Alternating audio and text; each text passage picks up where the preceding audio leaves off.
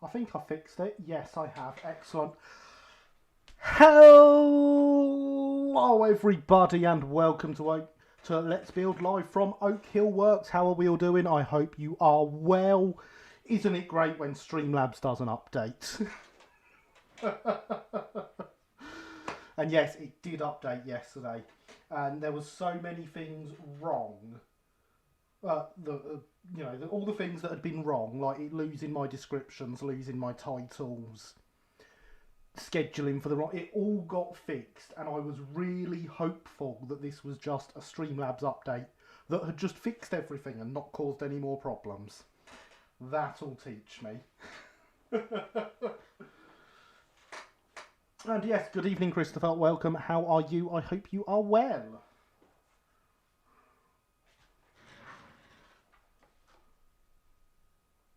Let's see what was on the chat after I started trying to play with microphones. Kitten's better than Pank, clearly, James. Hello, all. Bless the husky puppies, yay puppies, I've 6 dogs here. Lovely background, sir, thank you. So you have fitting background locomotive but no sound. I have sound now, and yes, it felt only appropriate that that loco went in the background today. I was explaining silence. Oh, wow. Noise, indeed, noise. Linearland is good, thanks James, how are you? I approve of Linearland being good. Also, well, thank you. OBS better than Streamlabs. Streamlabs has more features than OBS. It's only a problem when it breaks everything with updates. Streamlabs indeed be Streamlabs, yo. I think he's here, Mike. That's now got Oak Hill. OBS is part of Streamlabs.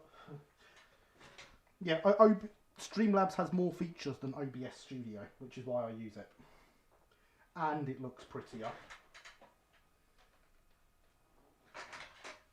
There we go, I've set my screen where I can see it with less light blaring off now. Yes, that's better. So yeah, it felt appropriate today. There couldn't be another loco I could have got out to sit in the background. I'm also noticing from my own perspective of on the telly where I do the test stream, Streamlabs finally has YouTube's ultra low latency working. So whereas my telly is usually nearly 30 seconds behind reality, it's now about 4.5 seconds behind. So much less delay there. In theory, you lot could probably be hearing me in almost real time. Good evening, Heritage Railway Productions. How are you? I hope you are well. Nice coach. So now, okay, it is a brake van, 6-wheel brake van by the time it's done. In theory, hopefully we'll be getting there.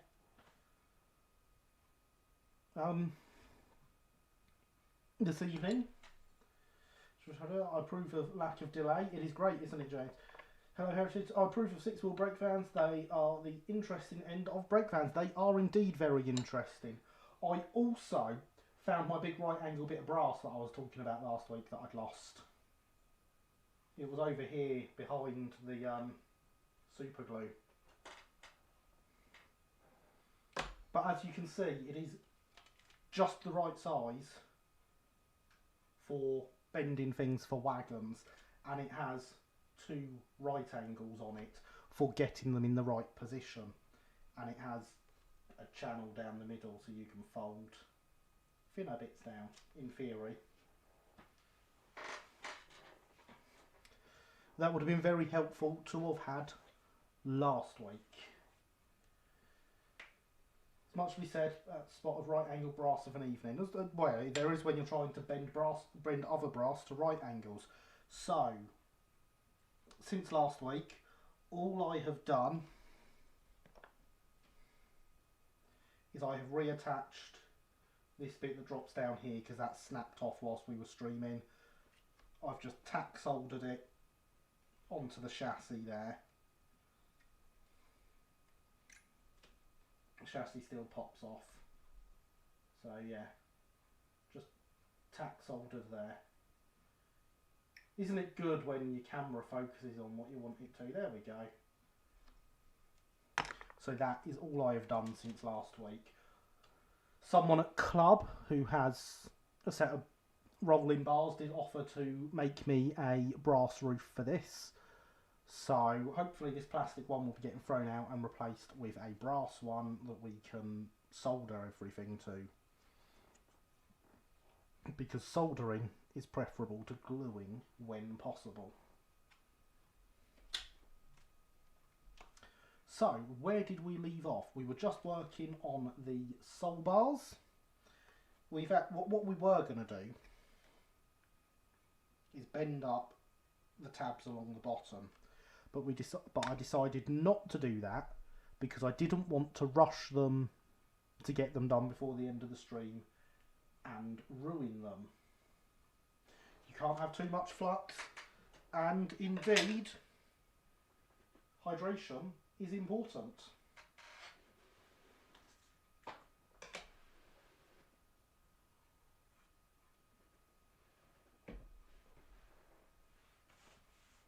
You are quite correct, James. So yes, in theory,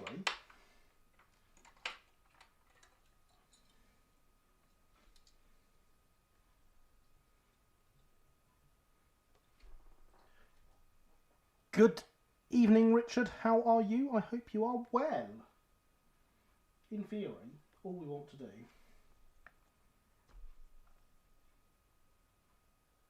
is there's a crease line that runs all the way along the bottom of this,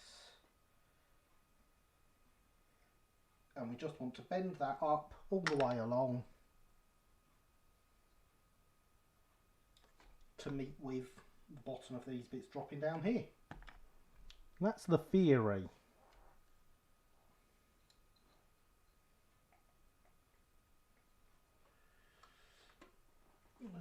What you got for hydration tonight? I have, and I loved this when I realised it, some generic Orange Zero, which I have since renamed Donald Trump.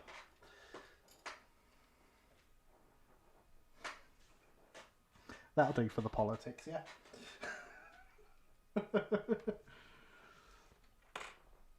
Generic Tango.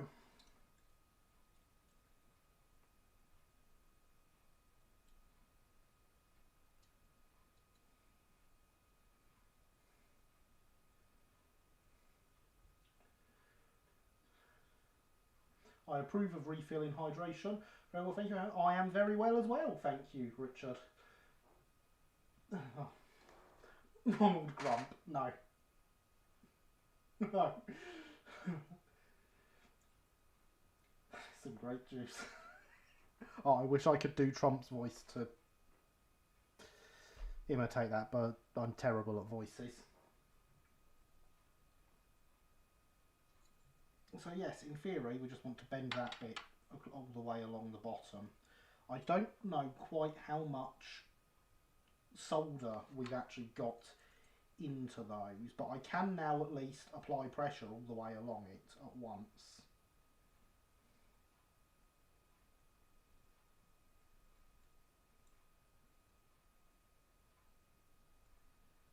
Once it gets the bend started, it'll be fine.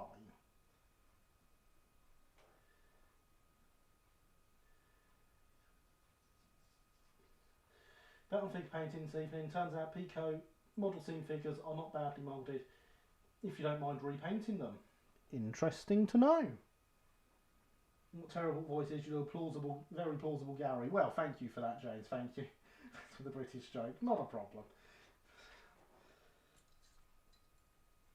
But yeah, I spotted that I didn't even think about it was called that until just after the election was called. It's like, oh my god, that's brilliant.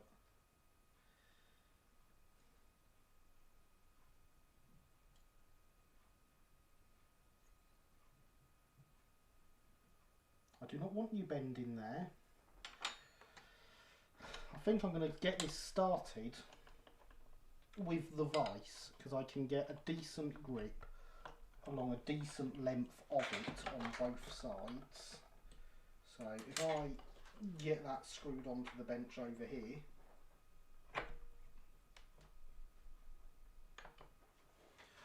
do you have a folding tool? I do not.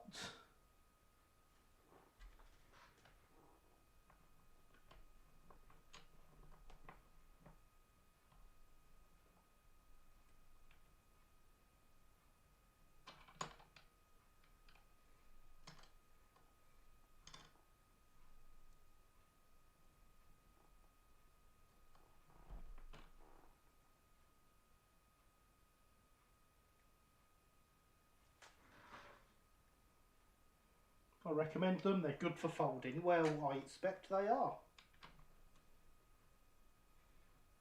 And it is something I have looked at getting in the past. But I don't make enough brass kits often enough. We'll have to make some more brass kits and then it'll be worth investing in one.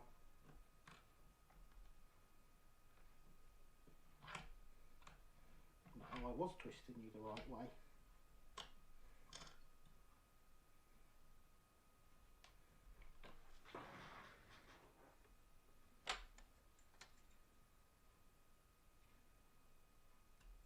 Oh no, that's not where you're meant to bend. Look, I've got it bent almost all the way along there now. It's just the last little bit to do.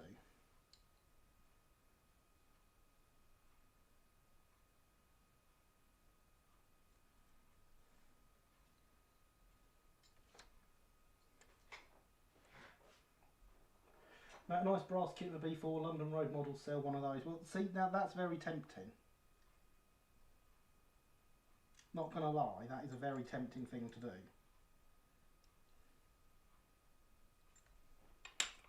This is brass, for those that don't remember. This is scratch built brass.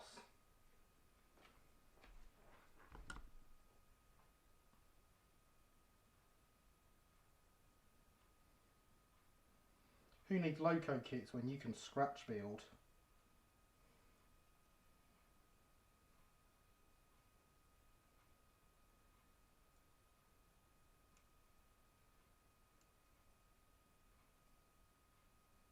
Getting a bit more of a fold on it.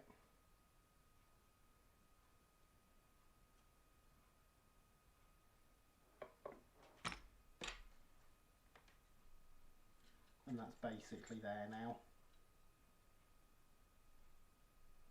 Albeit slightly wobbly in a couple of places. Remember to smash that like button, says the bot. I approve of smashed like buttons. Or dislike buttons, it really doesn't matter which one you hit. Feel free for either of them.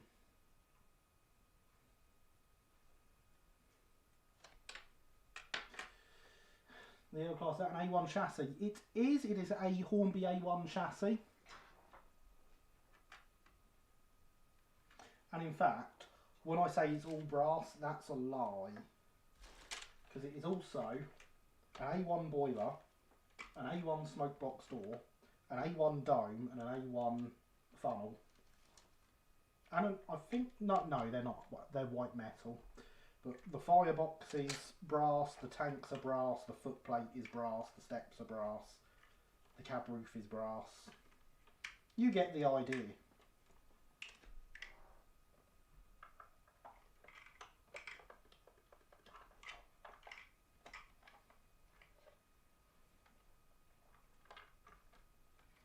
And it is on a Hornby A1 chassis.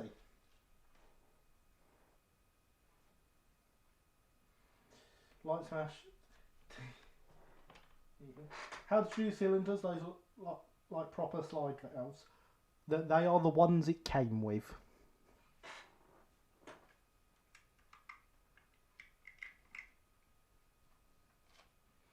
They are the chassis. The only modification the chassis has had is the bogie at the rear.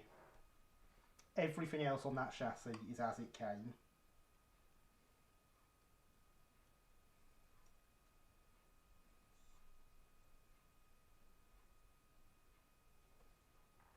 Right, that one's folded.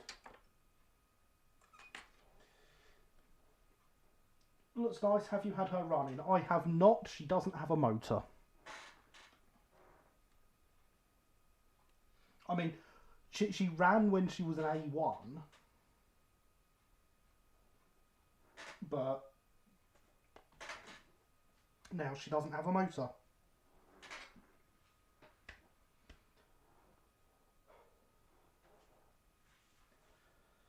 So now I need to figure out how to post two 45cm diameter googly eyes down to England. This could be fun. In a box that's slightly bigger than 45cm would be my guess. I hope that was helpful. Don't last, sorry, internet outage. You're not allowed internet outages. Did you not know? That's kind of your job, is preventing those. Well, I've snapped that bit off again. That's okay, I expected that. I only really soldered it on so it didn't go missing.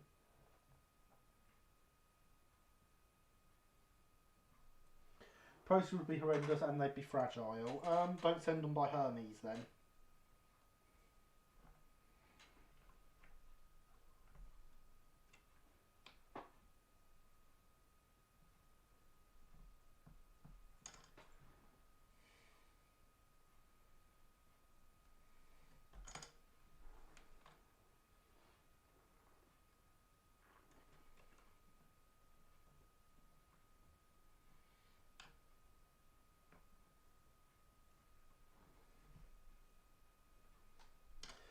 Disapprove of snappage, as do I, but as I say, I was expecting it.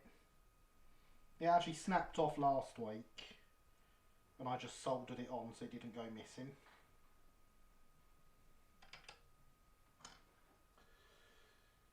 Mr. Petch, you'll disapprove of my starting 4mm layout. So, yes, Christopher starts his 4mm layout.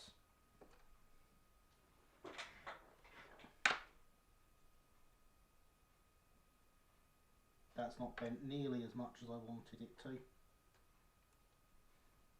I think I've got a lot of solder in this bent, in the fold line on this side. So that's entirely my fault.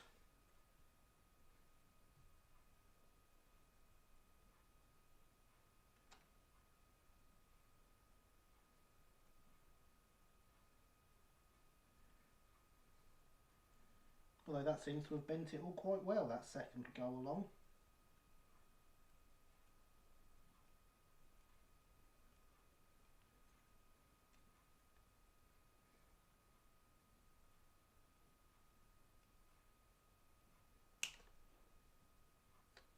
Don't worry, that was nothing snapping.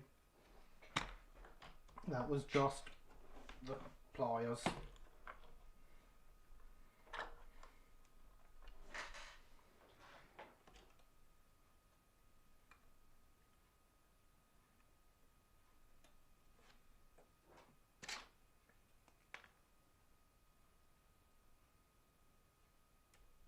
Yeah, I thought that one was coming off. That's fine, because we will dab them all with solder in a second. And then they won't be breaking anymore. So, let's set up the iron. We have flux. We have a board. We'll put those bits up on here so we don't lose them. We have the iron turned on.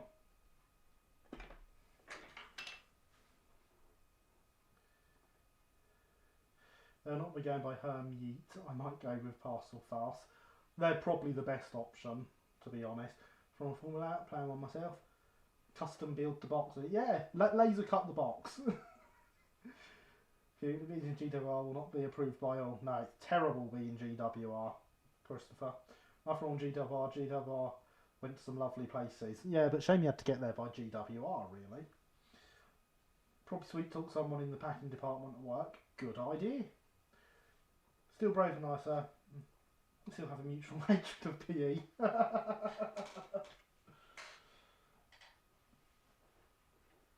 Physical education, still photo etch.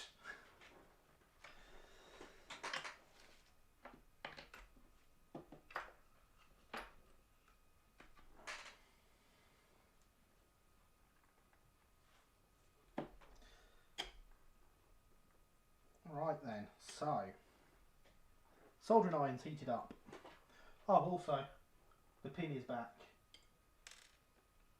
complete with its diamond end. See, we lose nothing on this live stream.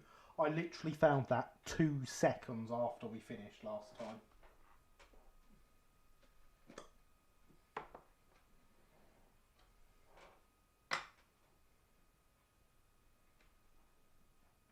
Still haven't tried brass kits. I'm really enjoying the white metal. Well, the fact you can do the white metal and you're enjoying it so much means you'll have no problem when it comes time to start doing brass for stuff you want. Because brass is nothing compared to white metal soldering.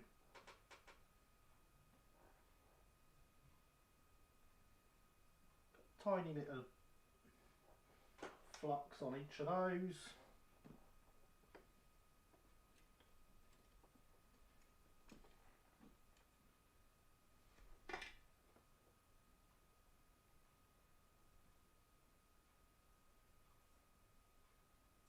And a tiny bit of solder.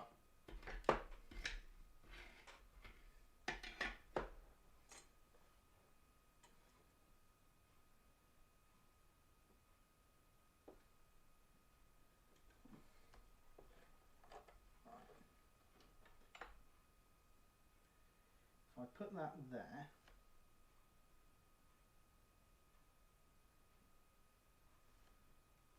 We can hold this one that is already tinned.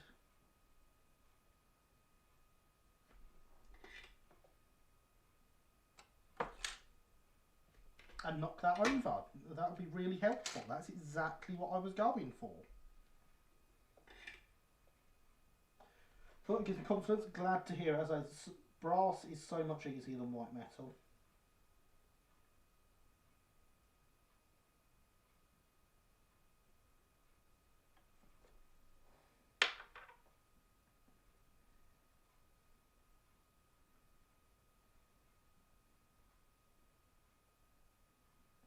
There we go, and that's that one back in place. And I'm not even wearing my glasses yet.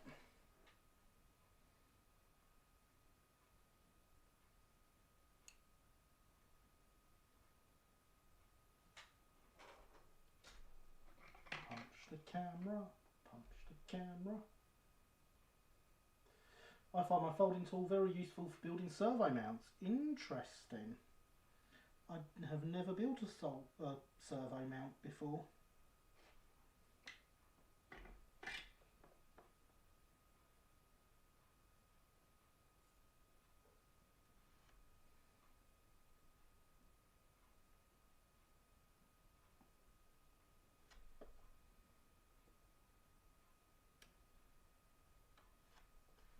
No, I didn't say fall off completely.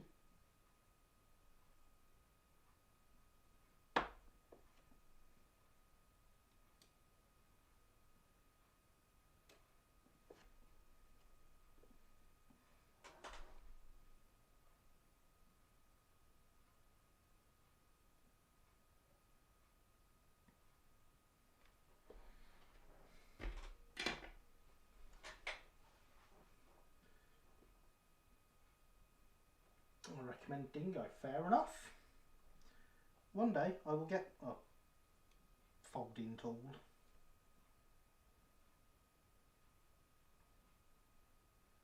I need to get a riveting tool as well.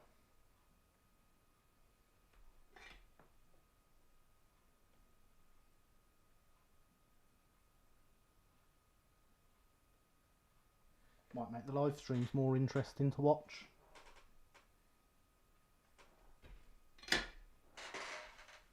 And there we go, there's that on.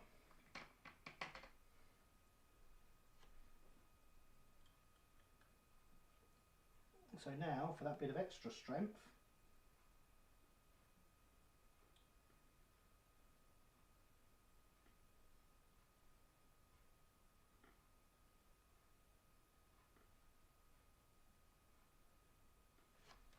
we're going to get some flux on each of those. Sure, they'd be very riveting. Way. That's what I was going for.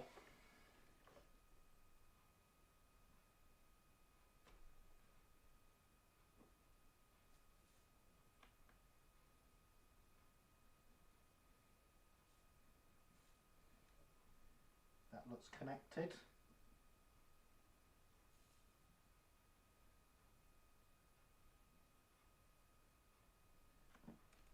That is not going on to the bottom bit at all. That might need a bit of a clean.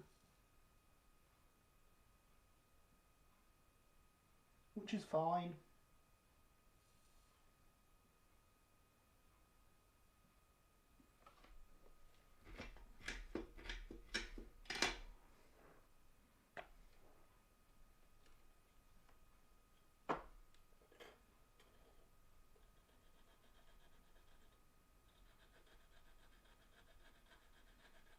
Just a quick bit of polish with that.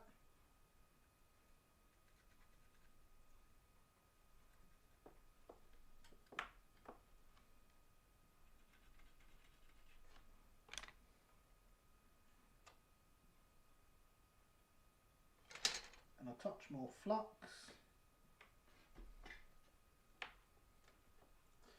Just got done running 2 miles time for Gareth ASMR while I drive home. Welcome. Is my ASMR that good?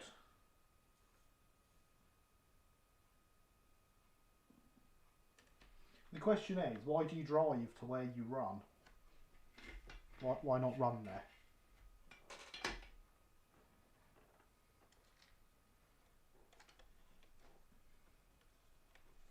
Did you know I have a Twitter account? The bot wants you to know I have a Twitter account. Sometimes I post to it.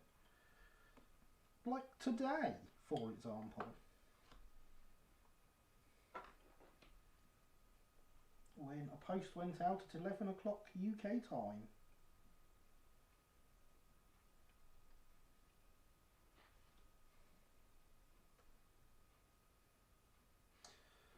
I learnt the hard way, never rub your finger on a fiberglass pencil. Yeah. Yeah. That is definitely a thing to not do. It's also a thing not to learn the hard way.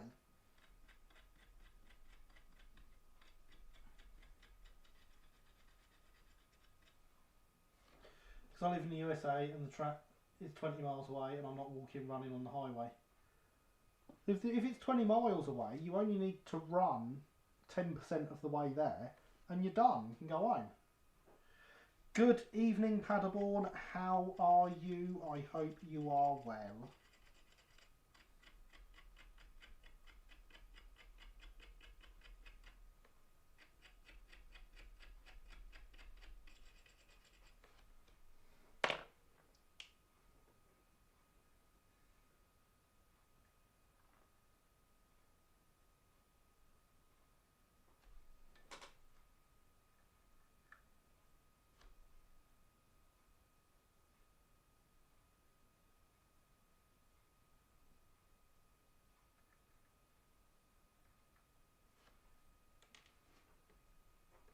Fine, thanks from everyone's well too. I am indeed well, thank you.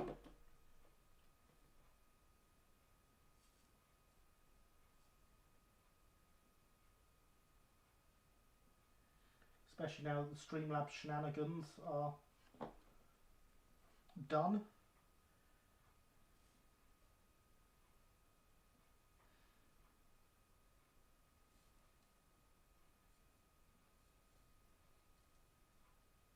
They can stop updating it now.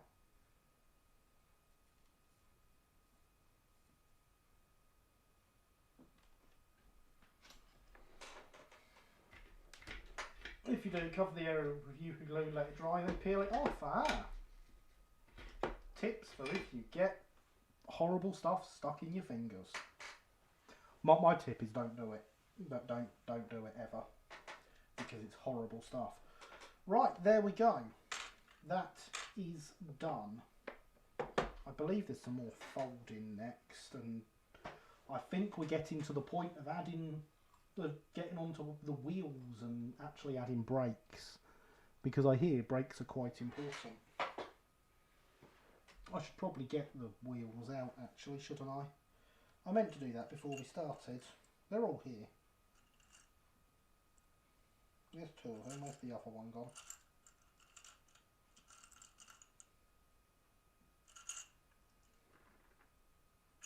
That's not good. The other, oh no, there it is.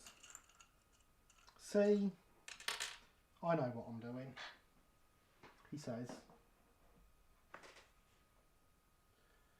Live stream isn't proper live stream if Streamlabs doesn't crash at least once. This is true. They did another update today which fixed most of the issues I was having with it. Only apparently it also stopped my microphone working. So, you know, that was good. Aha, this is a goods break van. Yeah, yes. Yes, Linny, a goods break van. But if you need to come to the US and try to walk anywhere on any road, you'll be run over. Well, I have no intention of coming to the US anytime soon. I'd like to go one day, but not right now.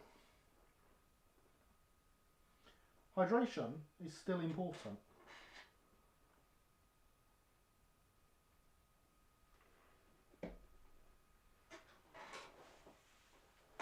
Right, so that is that done. So I'm going to get my pen out and I'm going to mark the instructions for the end of the instruction we've just done, so we don't spend half the live stream looking for where I am on the instructions.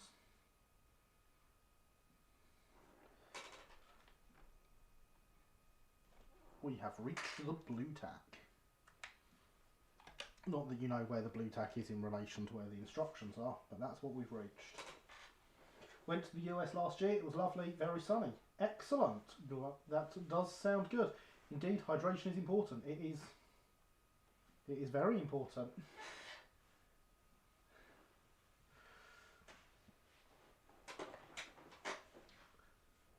Cut out the fixed W irons, there we go, see, we're getting on to where we need the wheels.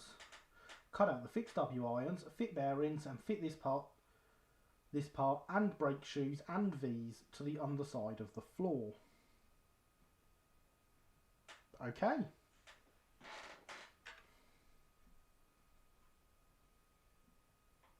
The problem is, like, it's got all this detail in here that just folds down. It doesn't show me which way it goes, because all three axles on this are different. I can only assume it goes this way to the instructions with fixed W irons, sliding W irons. That is what I assume. Harry, I love you. Well, I'm glad someone does.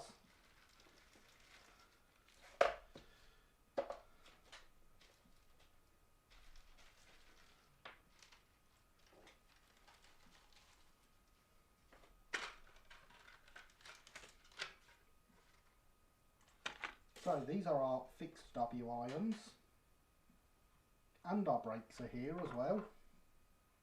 W iron, W iron, W iron, W iron, brake, brake, brake, brake.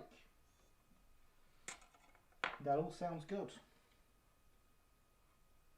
Yeah, and they're all labelled with the right numbers as well, so we've got the right parts. It's always good when we've got the right parts.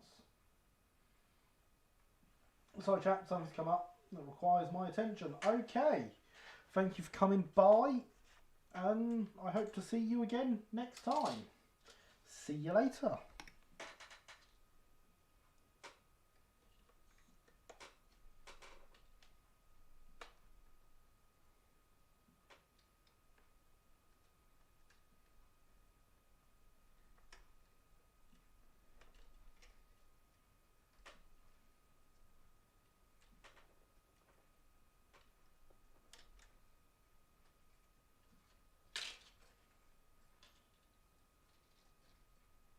So now I need to take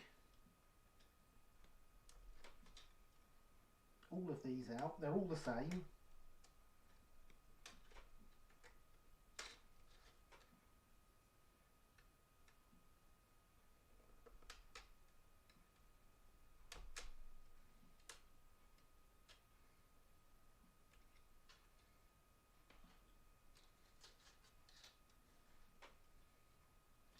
And in theory this works that this set of wheels is fixed,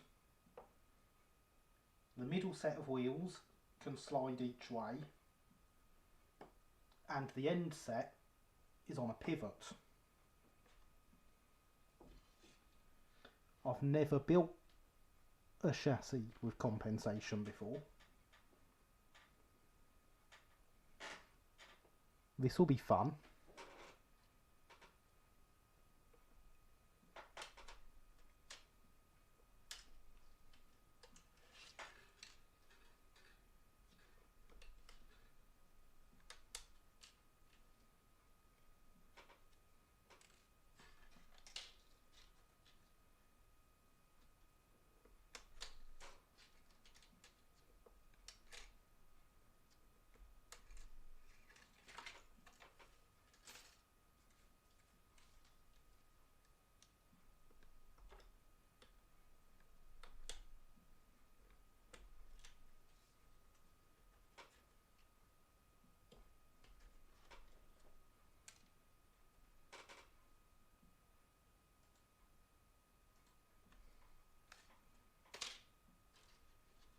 Right, that's 2 sets of brakes and 2 W irons cut. Let's get the other 2 out.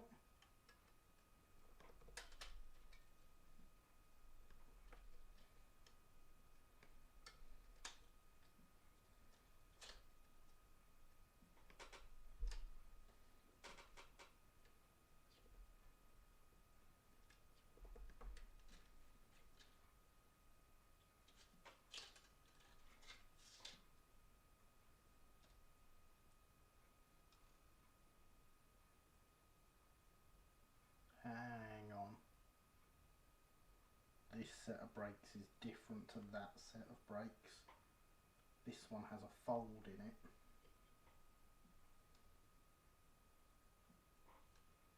They're also longer. I'm going to leave them. I can see where they go, but I'm going to leave them on here for a minute so they don't get confused with the other ones.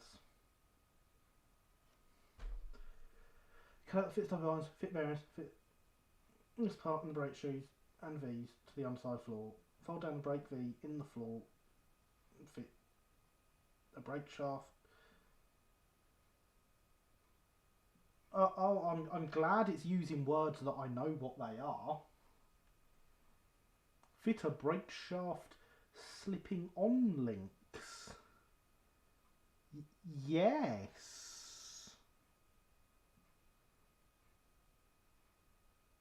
Yes. Fit the operating brake shaft, cut out the pivot W irons. Ah, they do have different numbers. Apparently. They definitely don't. These all say 15.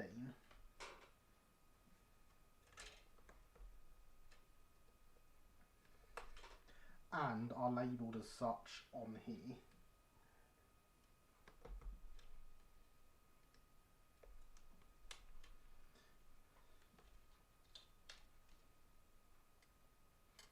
Then the brake shoes on the instruction are labelled 16, which is what these ones are, but these ones are labelled 17.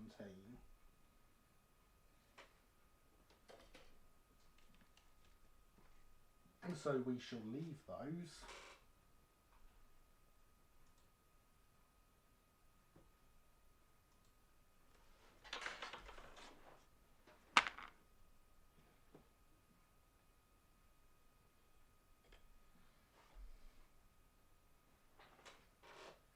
Right, where's my file? There's my file. I want to clean all these parts up that we've just cut out now.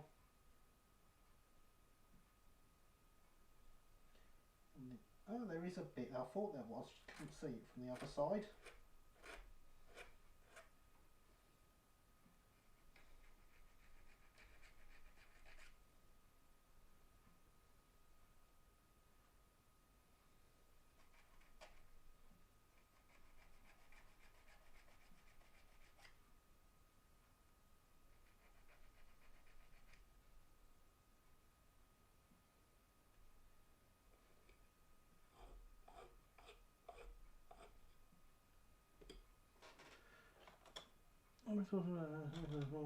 Side float. Unit out model. Remove this portion of flange on 18. Where's 18? What's 18? Hang on a second. Brake shoes. No. There's definitely no part 18 that was brake shoes. There's a 16 and a 17. This is a specific instruction for double O. So I want to find what it is.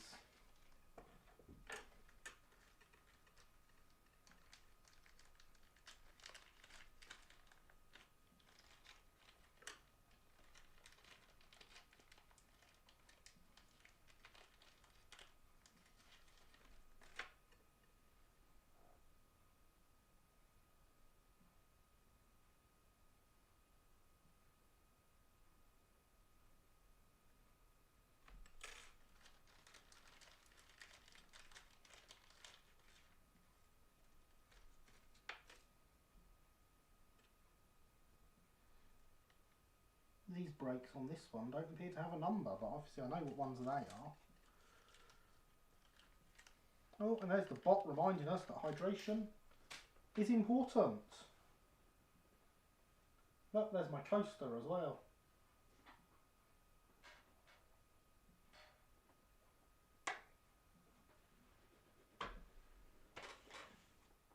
So, how is everyone doing tonight? What projects have we got on the go?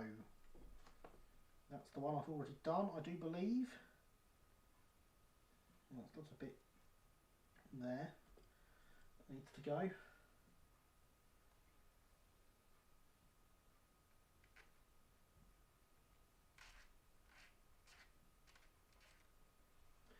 Currently auditing missing parts in servo mount kits.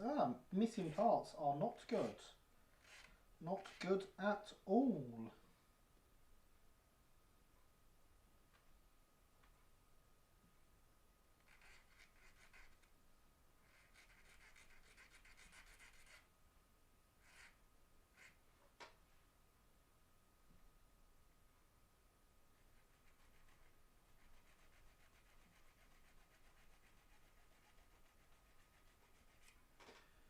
Playing with Stanmore, still blow my mind how good it is. Well, I'll say those pictures you posted of it to Discord did look absolutely fantastic. I did enjoy those.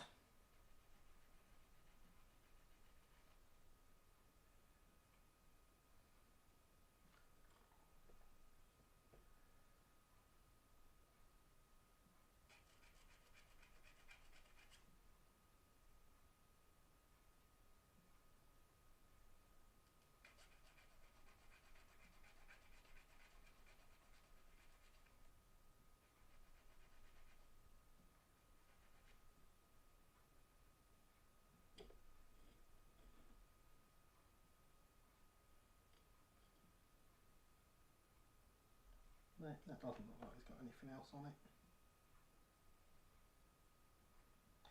Awkward, they're all attached on there in different ways.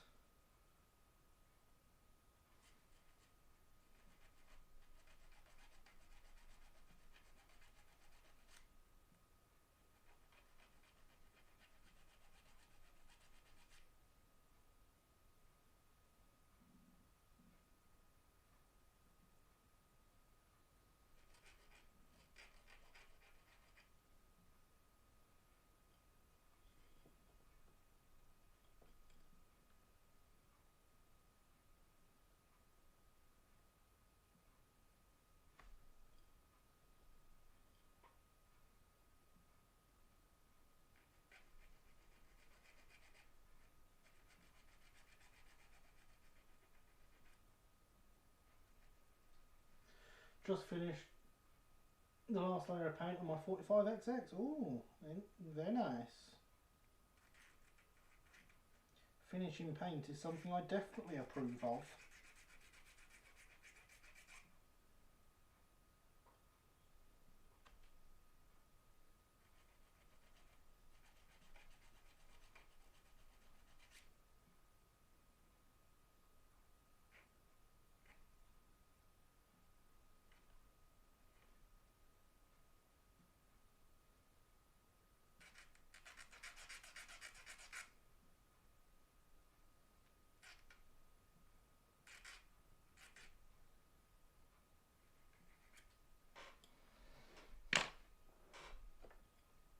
So next thing we need to do is get some bearings in.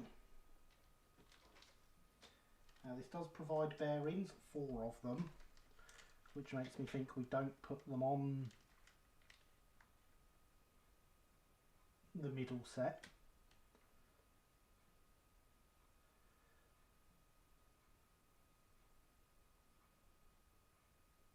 Because of course the middle set of wheels sits in a tube.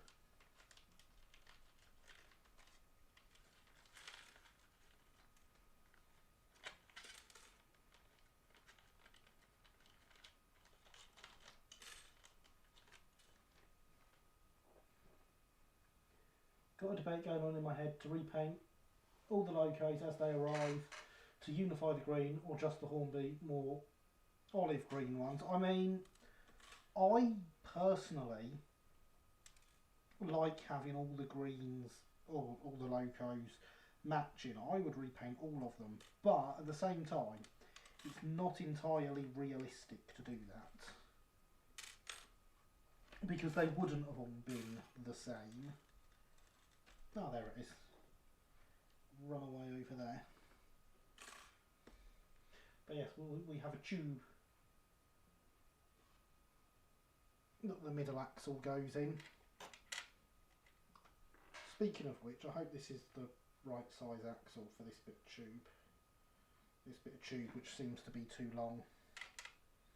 So I'm guessing we have to cut down. Cut the centre tube bearing to length. Yep, there we go.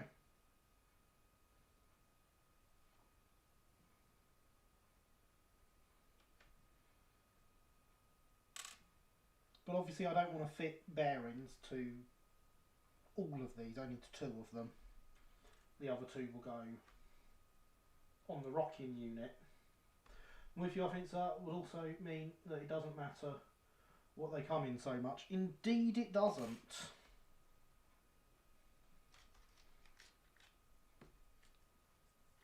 There's the bag that this lot goes in. Let's get all that away for now.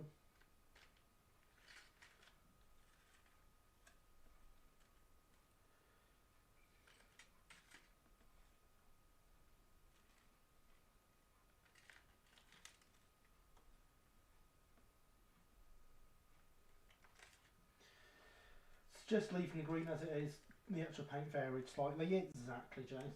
It's an interesting way of doing the centre axle. It allows it side play for getting round corners.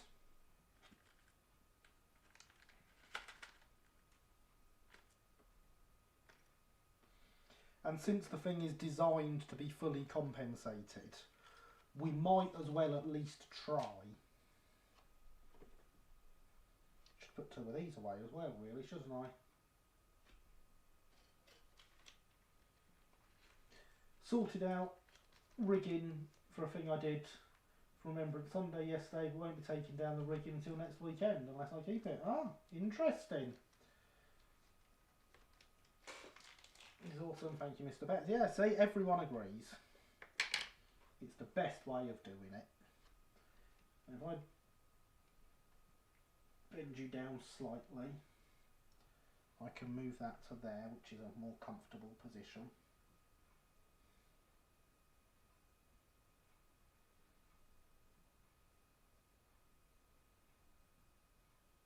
Get loads of flux all over these bearings. I don't actually want it all over them.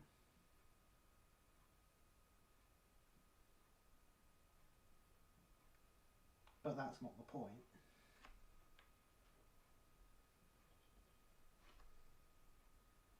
We should check these fit really, shouldn't we?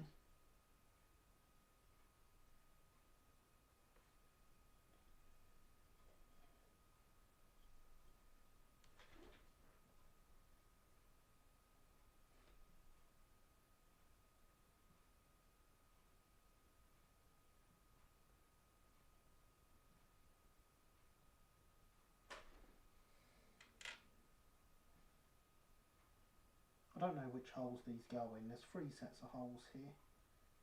Looks like it might be. And I know what one's the middle one's going, because it's the most outer ones, but that's not such an issue. I think it is always the outer ones. And then the two inner holes are separate ones for where the brakes go, depending on... Yeah, see, that's fine.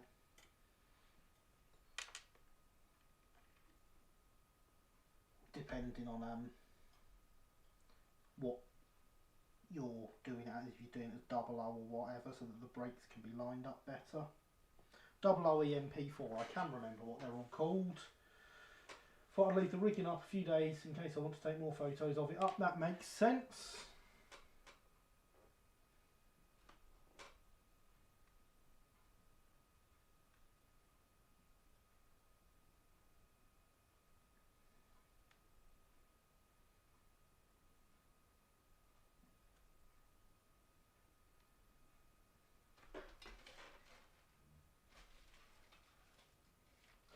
Be rather awkward to take photos of it up if you take it down.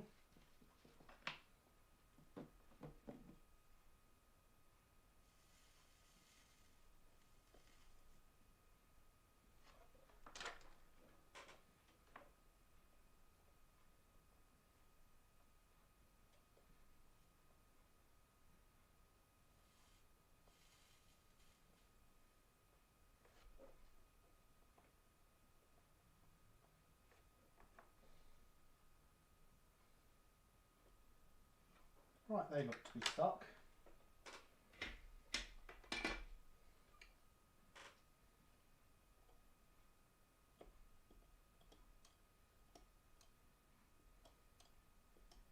I would say that's a yes. Let's clear the flux off those. Because of course I forgot to set up actual cleaning facilities for getting rid of the flux. You should always get rid of your flux and clean it off with warm soapy water. Scrubbed on with a toothbrush I find works well. All this got flux removed after the end of the stream last week, so nothing has gone particularly green. There are a couple of spots like just here that I've missed, but you can just scrape it back and get it off. If there are bits you miss, try not to miss them though.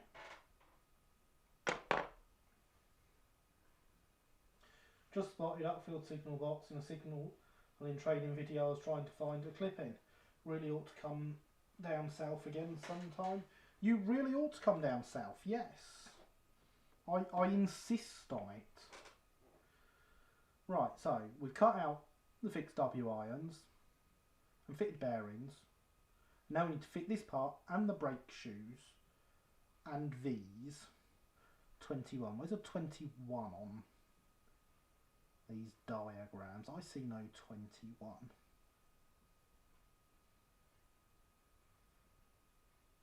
Oh, there it is. I see it.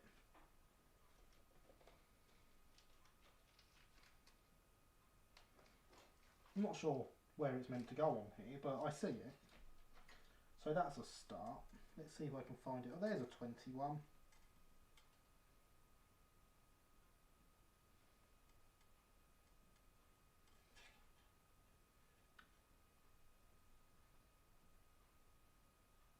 It's kind of awkward working out where it goes based on the picture. But there we go. Not only that, I'm having ideas of what I could do my layout around December time. Ah, excellent. Excellent. I approve of seasonal layout decorations. Not just so I can work out the point of original camera's layout. You need to let me get the new one built first for that. So all we're going to do now is attach these bits. Like so.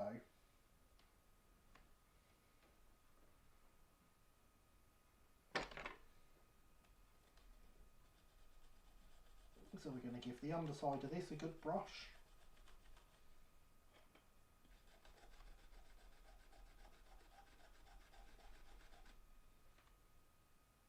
because it really, really is filthy.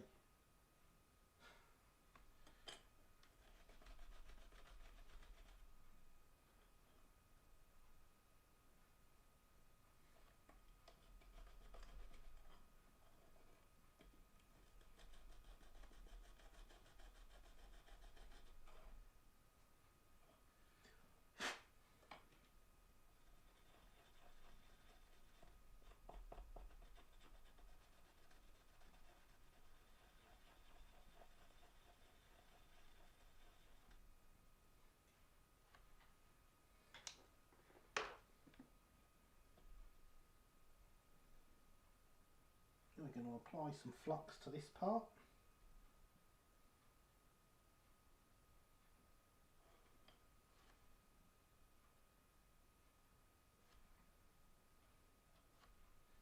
And we're going to apply some flux to this part.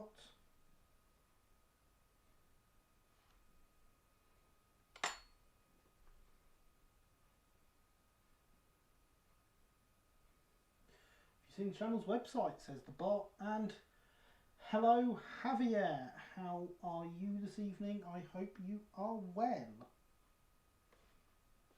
Yeah, it holds itself up now the flux is on there.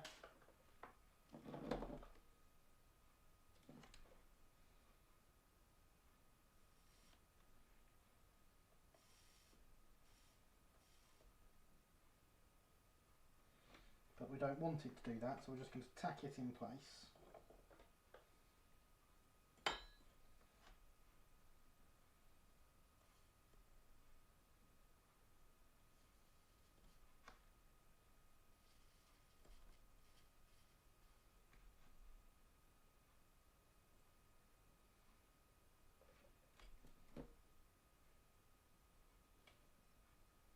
And then with me not actually having to hold it,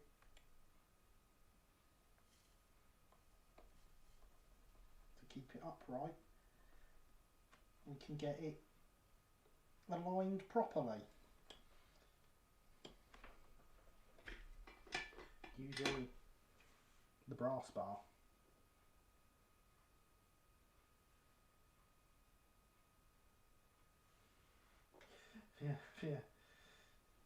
Theo, that could be a type of coffee. I approve of types of coffee. Fairly dirty, I've just come in. Fair enough. Everyone running slow today, glad I made it. Hello Andy, how are you? I hope you are well.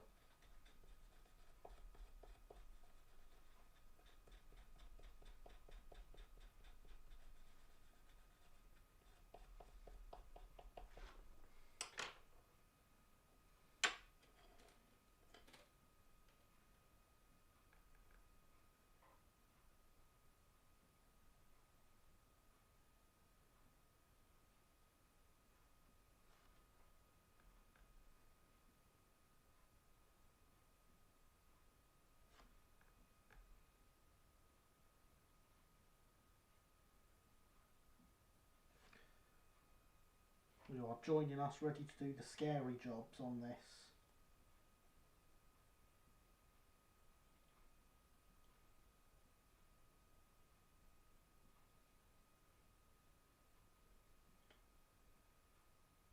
All the things I've never done before, like fitting compensation and stuff.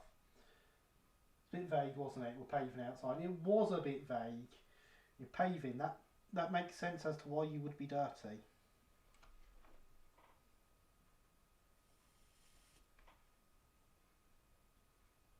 Get back in the holes.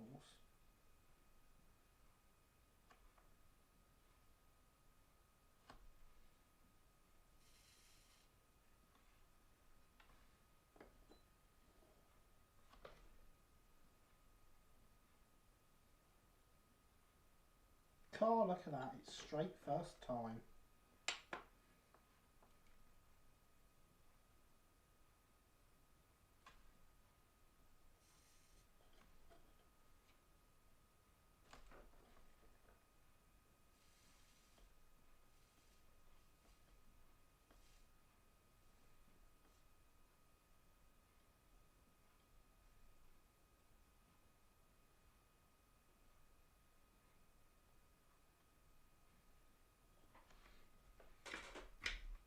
there we go, they're in.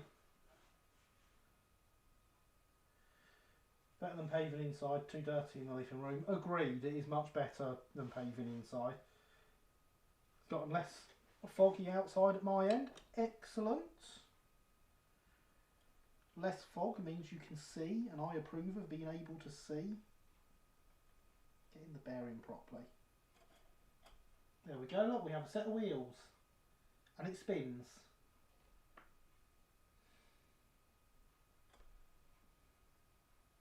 Spins very nicely, actually. Of course, next we have to put in brakes, which I think we want in this one. Not this one, maybe. That one looks right.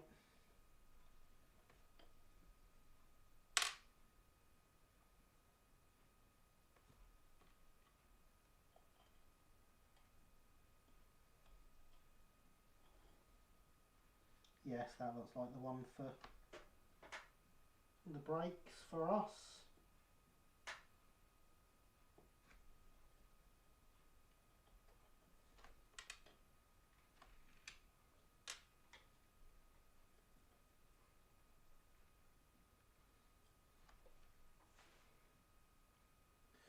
Don't they just spin superbly? They do. I was going to send a donation, Gary, but the link's not working. Oh, is it not? Hang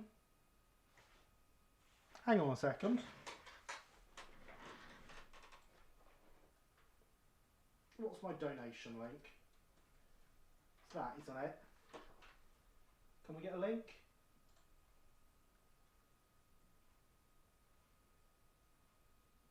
It's tempting to load. Go to site, streamlabs.com. It has loaded up for me. I had to confirm I wanted to leave YouTube, but it did load.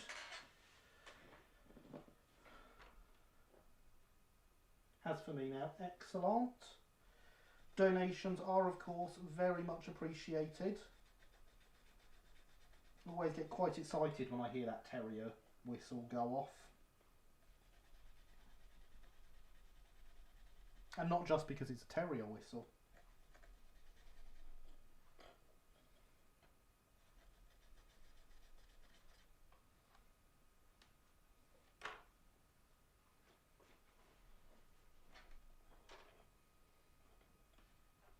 I'll be honest though, that is part of the reason.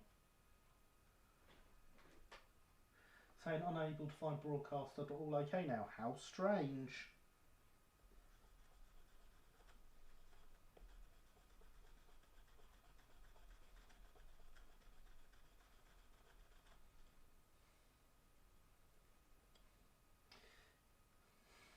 Toot. Yep, indeed. We'll get it in a minute.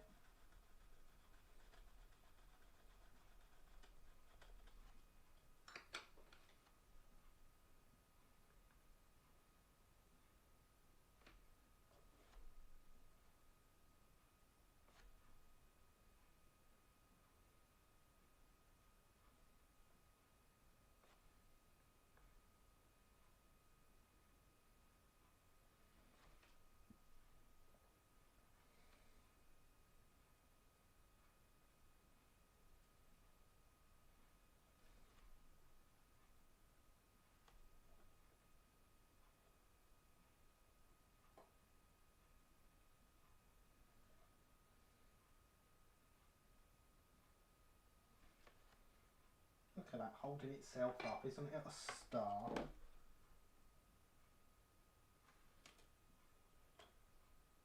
And then I knock it over after I've got the solder on the iron. Of course.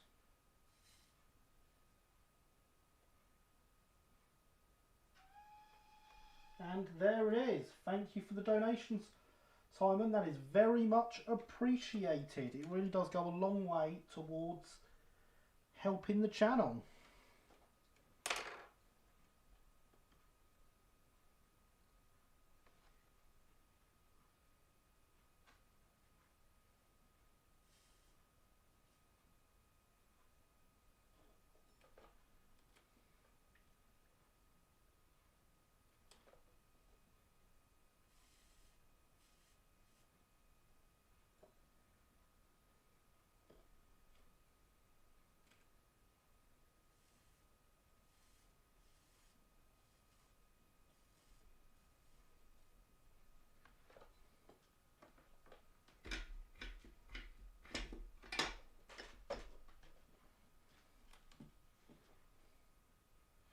I like to give a bit back, and it really is appreciated.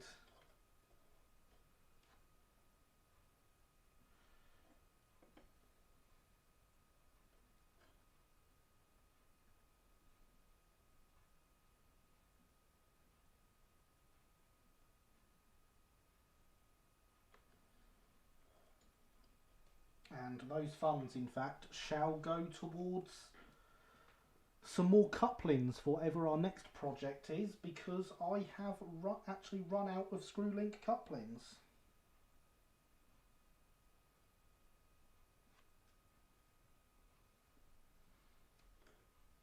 So I need to get some of those ordered.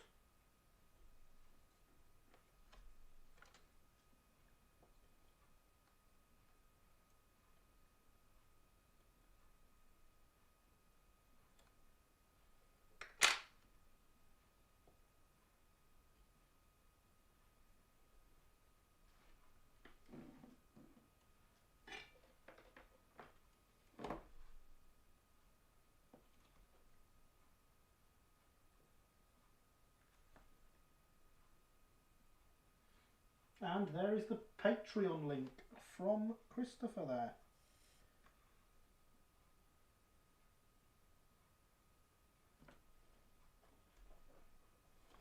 I don't want to solder the other side on yet. I want to make sure that's... It is. I'm getting good at doing this.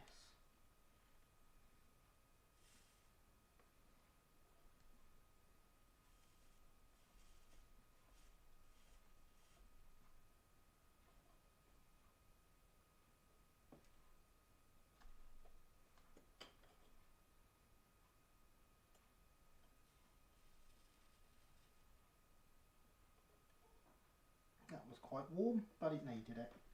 Needed to be pushed through a little bit. Just click the link in the description. Again, that link is the problem. The one in chat works though. So Streamlabs has broke my link. Okay, thank you, Simon. I will have to remember to update that. Someone remind me, because I won't remember. That is irritating. I must have misspelt my name in it or something.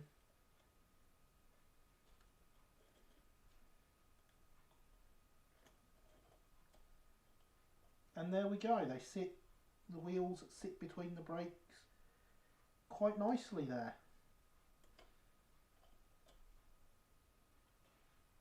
And still spin, which is good.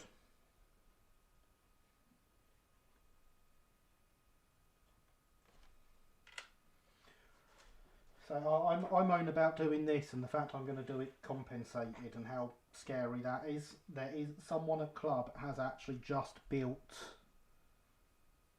a wagon with working brakes in P4. So you can move the brake lever on the side and the brake blocks will come together and grip the wheel.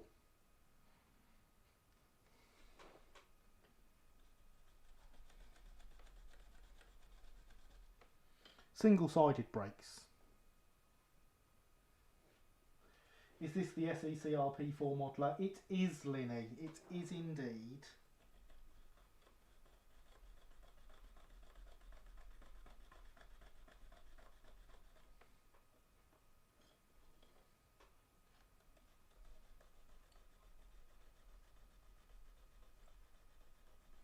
Who should hopefully have emailed you by now. Wagon with working brakes is easy. The hard bit is making it possible to take the brakes off. Yeah, but it does that with using the brake lever. I'd love to see that wagon when I'm next down at the show. Yeah, hopefully that can be arranged next time you're down.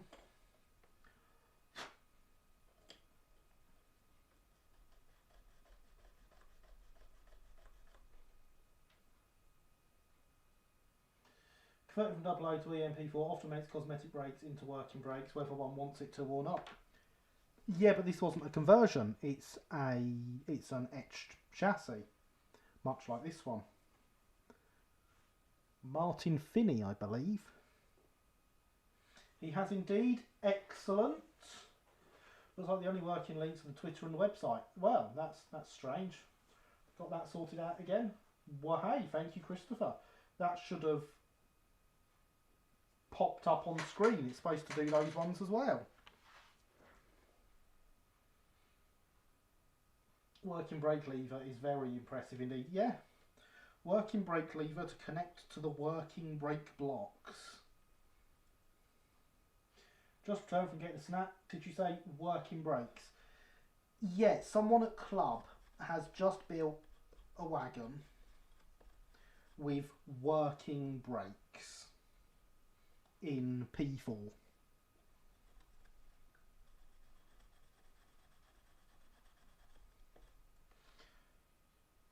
So he gets in with a pair of tweezers, moves the brake lever on the side up and down, and it puts the brakes on and off.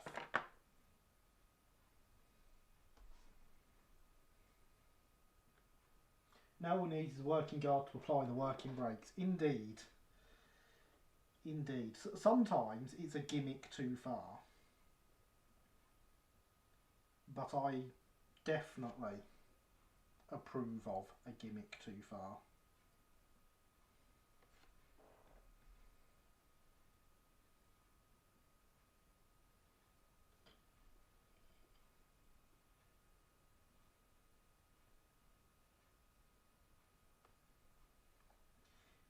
If you're wondering why I'm doing both sides with flux at the same time, it's just because I picked up so much flux on the pin, I thought I might as well. I won't be soldering them in at the same time, that would be silly. And also slightly impossible. Flux, you can't have too much flux, indeed.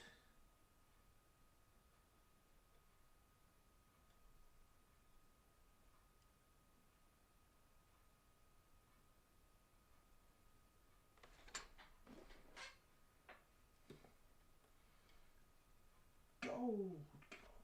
Always believe in your soul. I wanted to come up with something.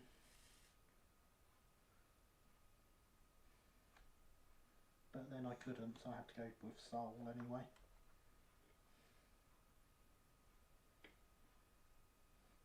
Always believe in your ability to line these up.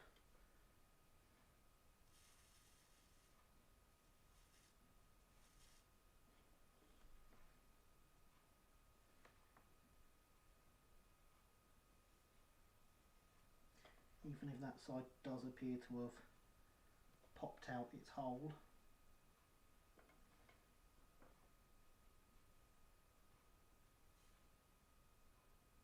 At least it's the middle set that aren't actually connected to wheels.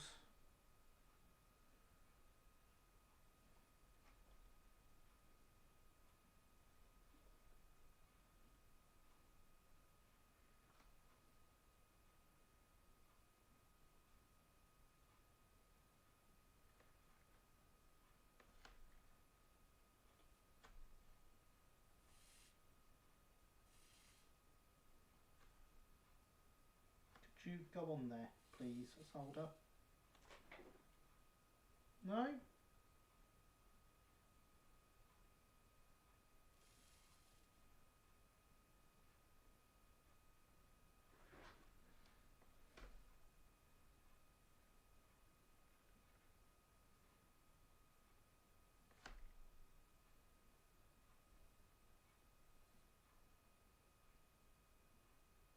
There we go.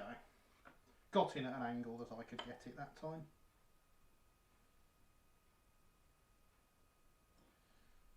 And it is once again lined up properly.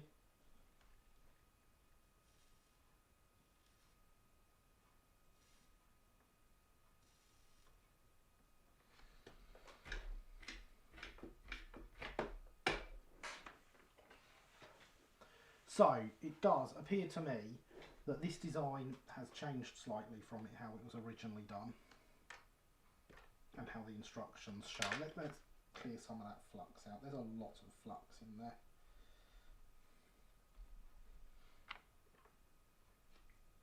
And for our break these.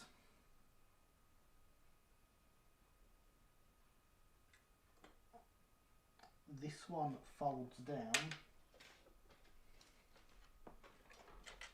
and then we have another one on the sheet here.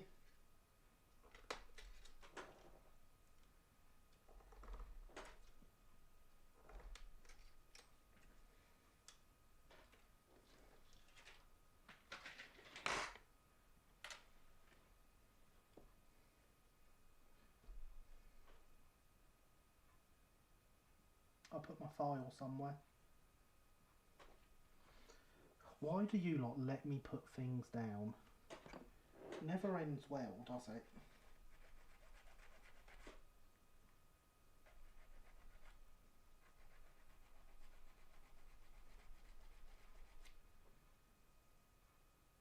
I've gone.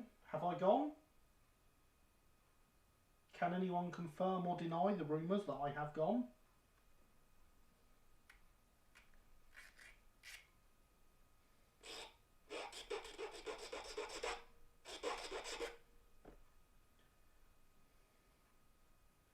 You be here, nothing wrong this end, you have not gone from my shed.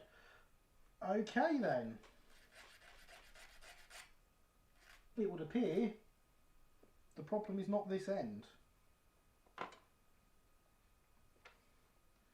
Yes, I now believe then this V goes here. And there is our V's for the brakes.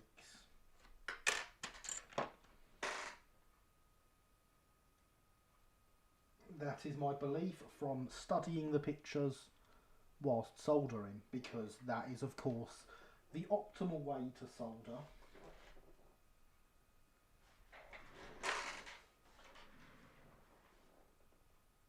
Let's show that message from Paderborn. Black screen says error occurred, try again later. Try refreshing. I have had that before. F5 works wonders. There we go. Good old F5.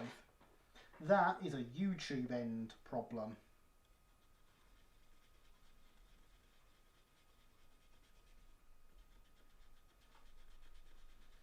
I have certainly had that whilst watching other people's streams in the past.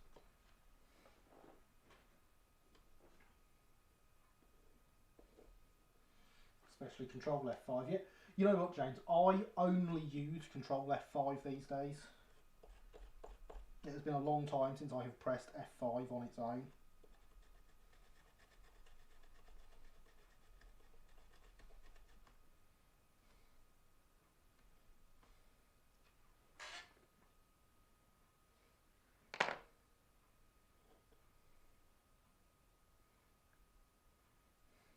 Ditto, same here. There we go, see? Control F5 is best F5.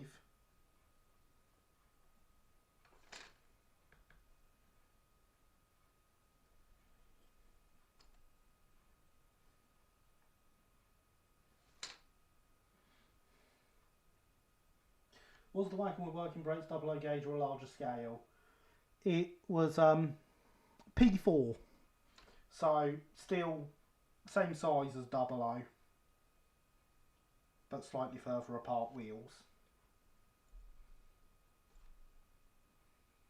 F5 is so lonely on its own, it likes Control to keep it company. It does indeed.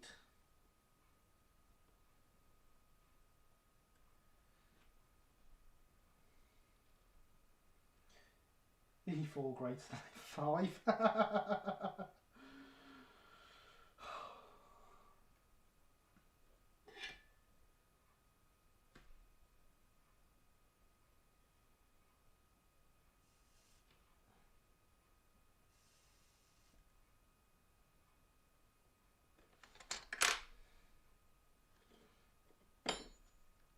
Ow, something just stabbed me off the side of that.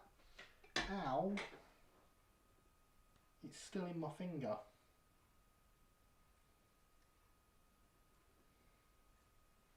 I think I got it. Ow.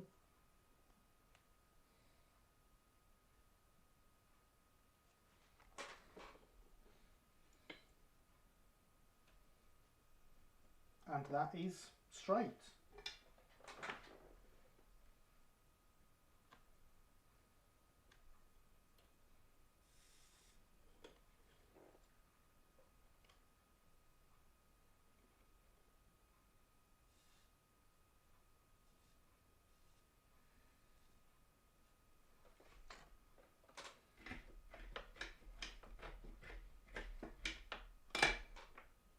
So that is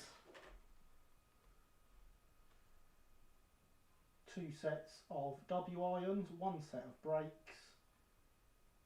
and 2 V's for the brake gear.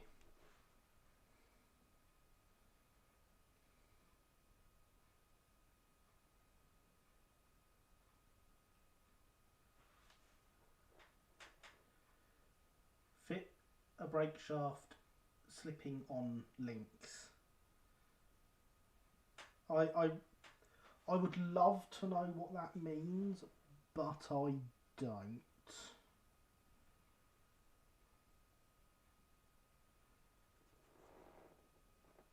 I'm assuming it's a bit of wire through here and one of the things that comes off to the actual stuff that goes all the way along. That is my assumption, but I don't know.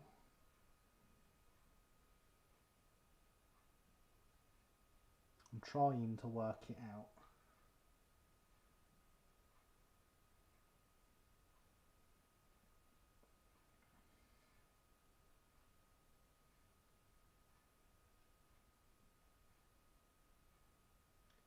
Fit the operating brake shaft. Right, well, that's not helpful when you miss half the number in your printing.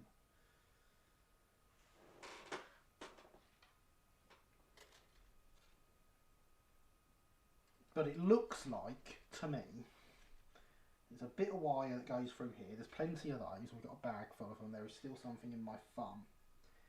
And it's these 2 parts here, which are very small parts. That is what it looks like.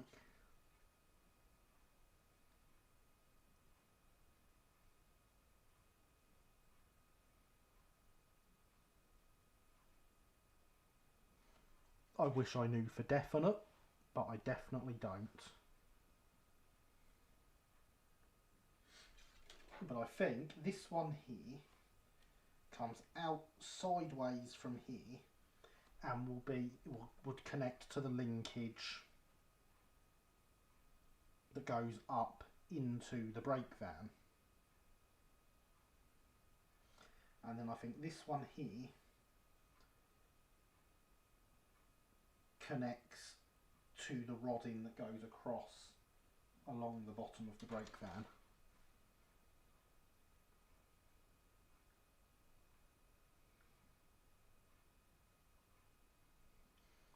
That is certainly what it looks like to me.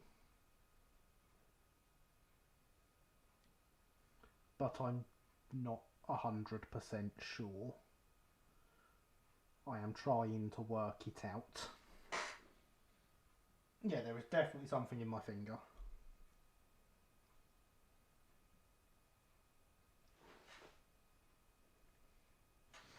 Oh, this drawing shows brake. I know where I've got drawings. Hang on.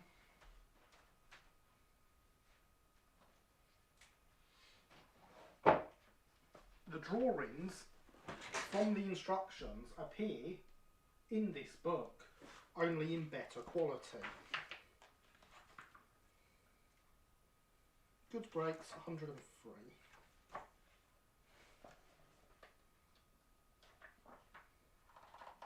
Let's have a look-see, shall we?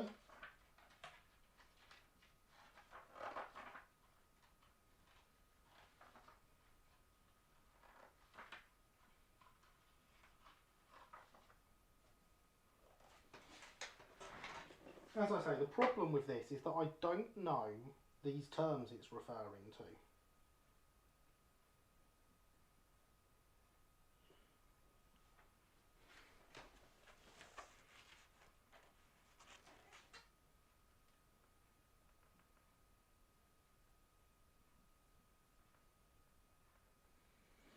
but that is definitely how it looks to me. Right, whatever is in my thumb is slightly sticking out. Because I can feel it. Problem is I can't see it.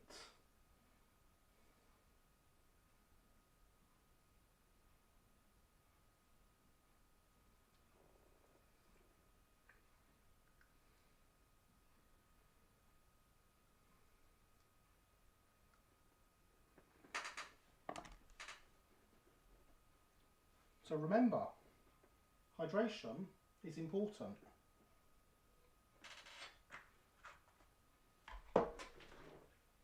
And I am now quite confident with what I'm saying about the brake gear.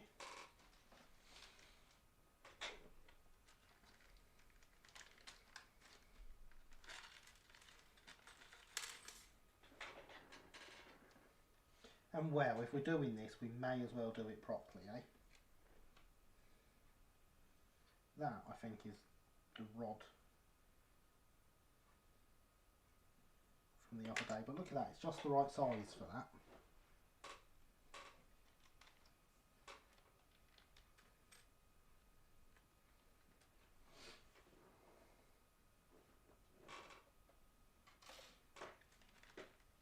So that'll be the only bit we need from in there.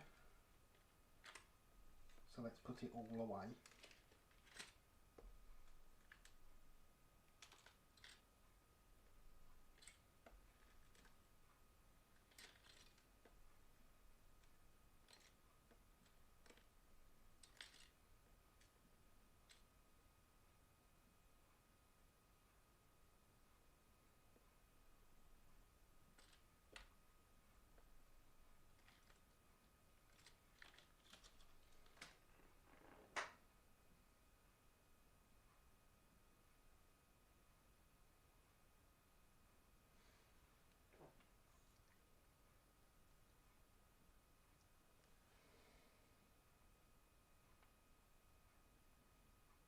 This is really hurting my thumb every time anything goes near it. This is a problem.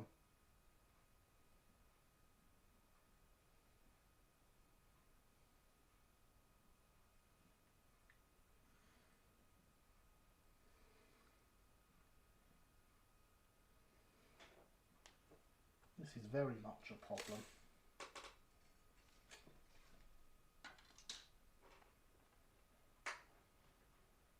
Hopefully I've got it now. We'll soon find out I haven't.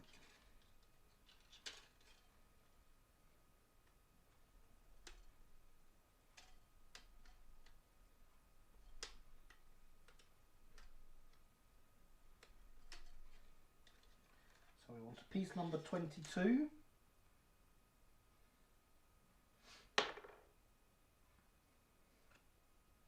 Yeah, definitely haven't.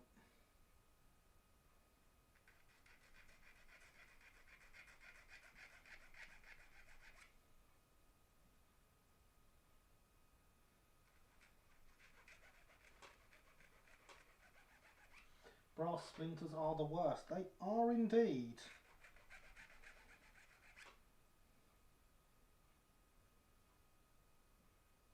And I'm pretty sure that's what it is.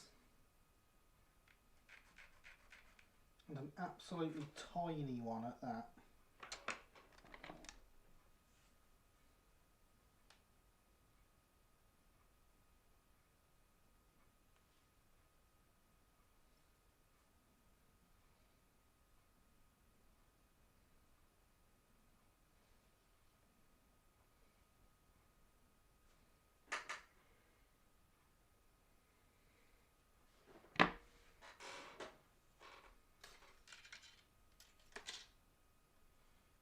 Brass is referred to as an oily metal.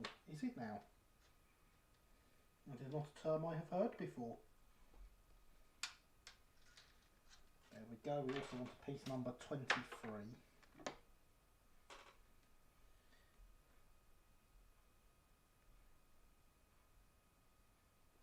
But I'm not even going to attempt to hold this one. in my hands whilst filing it.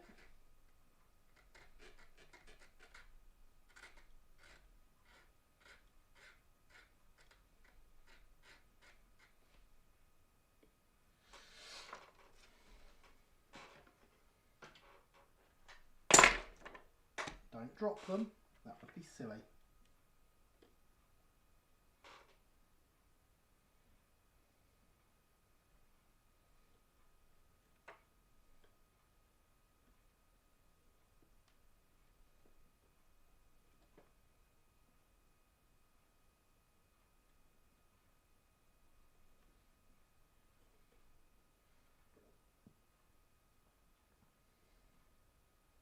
So I want that to go through there.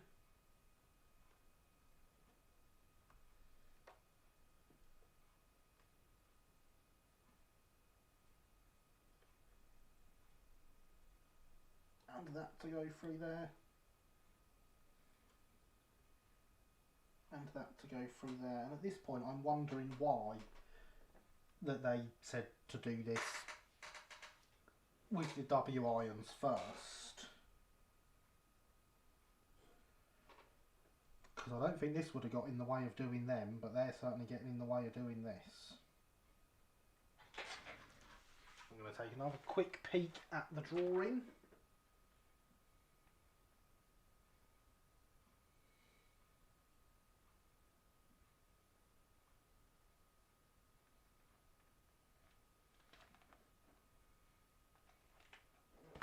I certainly can't see what I'm doing based on the photos. My daily job is working brass, don't even feel it anymore since I've stopped for a while because of the shutdown, starting up again. I definitely do feel it again. Yeah, I can see why you get used to it and then lose that ability. I used to hate arriving at customers and finding out they had turned brass. I knew that I'd find bits of brass in my clothes even after they had been washed a few times. Ooh, fun. Fun, fun, fun.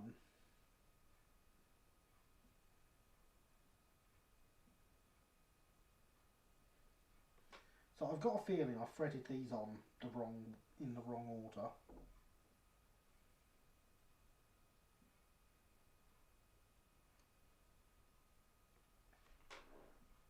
I'm not sure on that yet.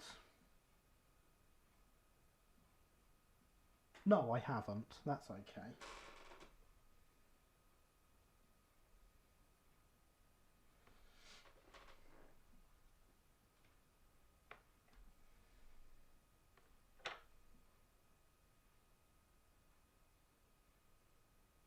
What we're going to do is apply some solder there. I have some sweaters that have become brass coloured. Oh wow. That really is a lot of brass.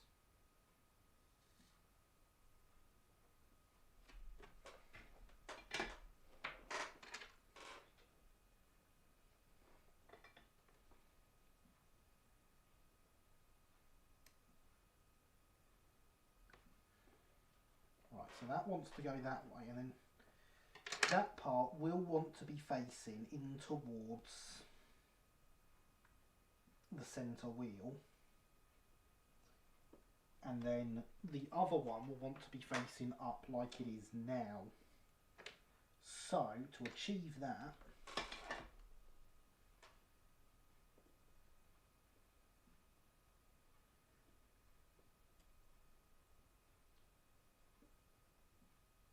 we want to get them in position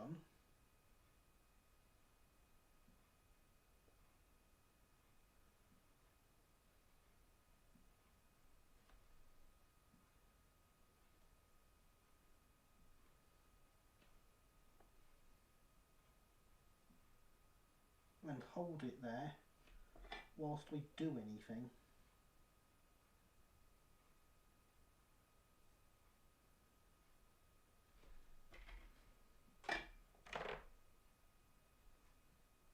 Well, hey, they are stuck on. What we should have done really is I mean, what we could have done, but I will explain why we didn't, is to cut this down first. We didn't, so that we had the so that we weren't relying on it staying in exactly the right place as we were soldering. So I just need to line those up that way, and then I can snip there.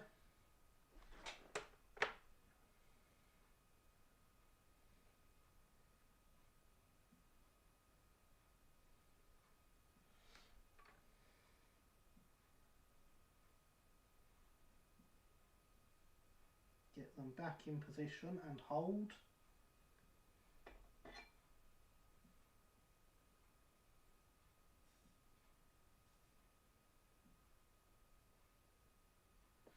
And a spot of solder.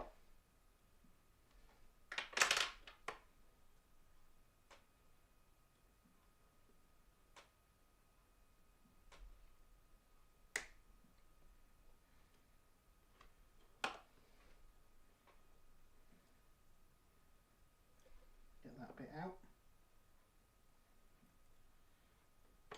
Chop that side down.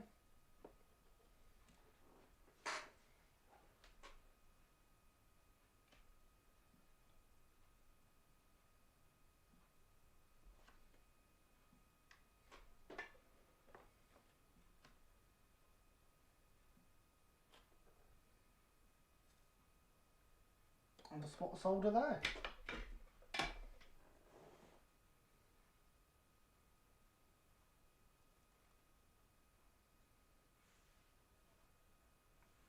And that is the end of that section of the instructions. So let's mark another line on the instruction sheet.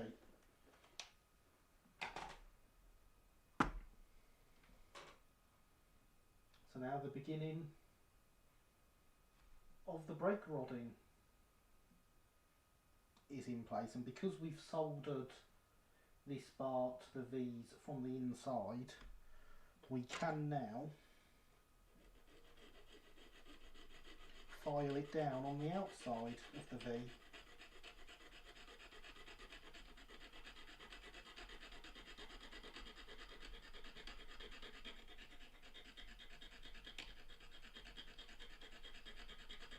So that we get something a bit better looking, that doesn't look like it's a bit of brass that's been clipped.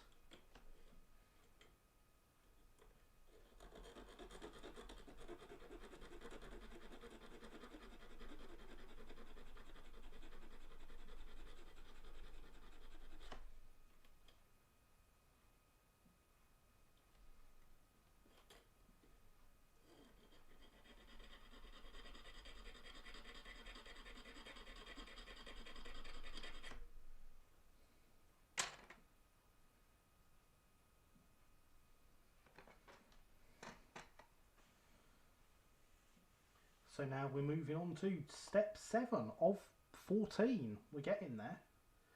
Cut out the pivot W irons and shoes and form up and fit bearings. Fit the shoes using the back face as a guide to positions. Fold down the pivot lug, mounting on the tray. Check it for fit. Check the fit. Brake rigging can now be fitted to this unit.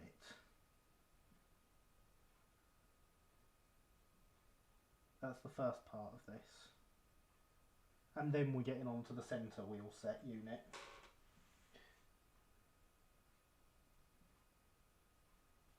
Is anyone doing anything more exciting than me? After uploading some bits to my Google Drive, I am now doing the washing up. No, I'm not. I am not doing anything more exciting than you. Just painting my last figure of the night. Fireman, getting a bit sleepy. Probably best to call it a rest if you're getting a bit sleepy. It's the third time I've poured that bag out now.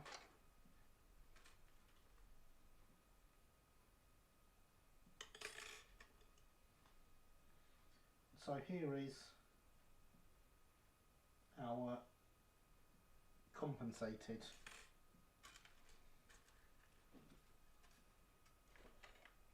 W iron. I know the word I'm after.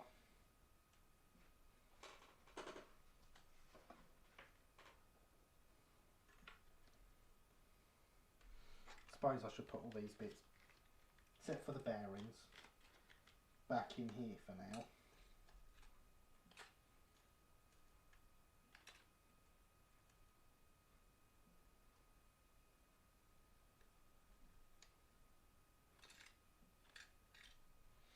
And the brake, I want that brake.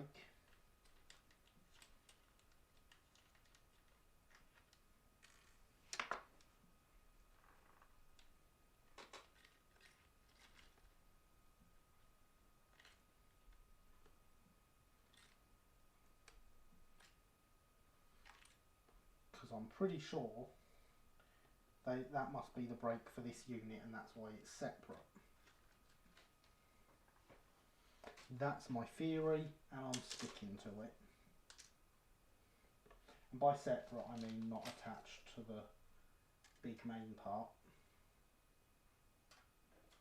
I could be wrong. So, you know, don't hold me to it.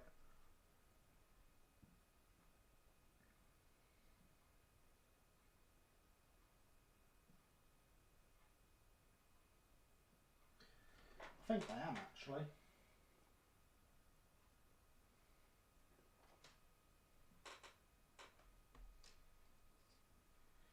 Reading the instructions.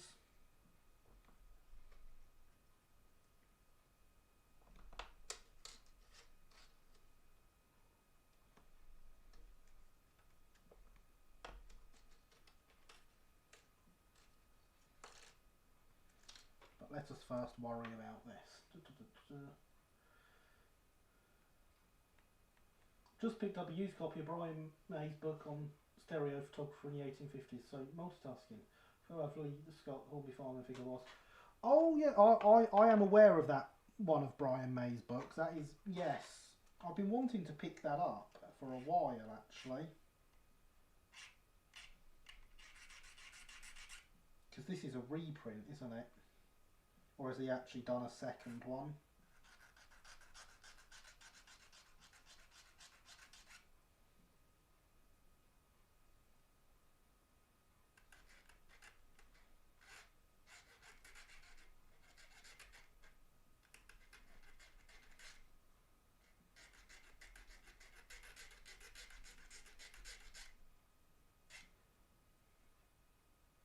Reprint, I think that's what I thought, yeah. I've been wanting to pick it up since it first came out. Wait, that Brian May? Yes, that Brian May. Did you not know he's got all sorts of weird hobbies? He is also like a doctor in astrophysics. So, you know. And has done sciencey stuff.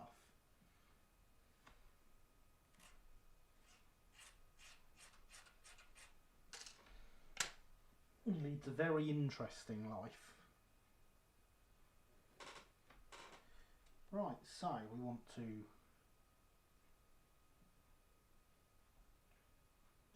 Brian Harold May, CBE born, English musician, singer, songwriter, record producer and astrophysicist, lead guitarist of the rock band Queen. That Brian May, yes. That's him.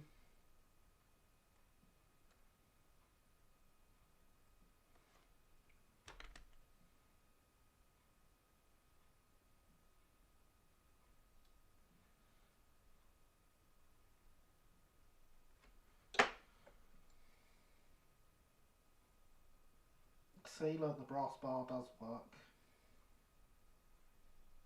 Even if that's not what I wanted it for. He's also useful for people, not to mention being on animal rights, protecting nature, rewilding, etc. He is indeed. Yeah, also useful for people modelling the Brighton, because his guitar is an example of the colour of mahogany pre-20th century, because it is made from an 18th century mahogany fireplace. Queen were a very well qualified rock band. They were indeed. And fun fact, the band that preceded Queen, Smile, whose lead singer was Tim Staffel, after leaving the music industry, which he has now returned to, he got a job. He got jobs in TV and model making, and you will find his name in the credits for the first few series of Thomas the Tank Engine, because he was the lead model maker for the original Thomas the Tank Engine series in the 80s,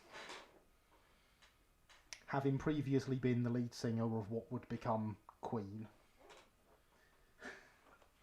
Wow, excuse me, Mr. May I borrow your guitar? I need to colour match my model train. There's you can buy replicas of it, which are the right colour, and you can buy miniatures of it that are the right colour.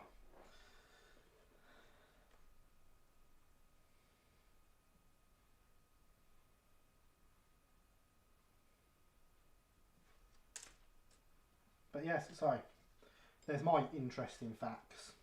Run out of them now.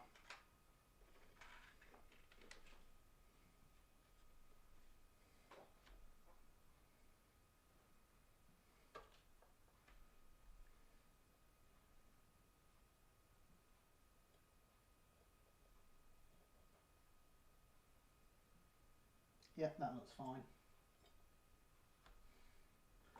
I'm learning.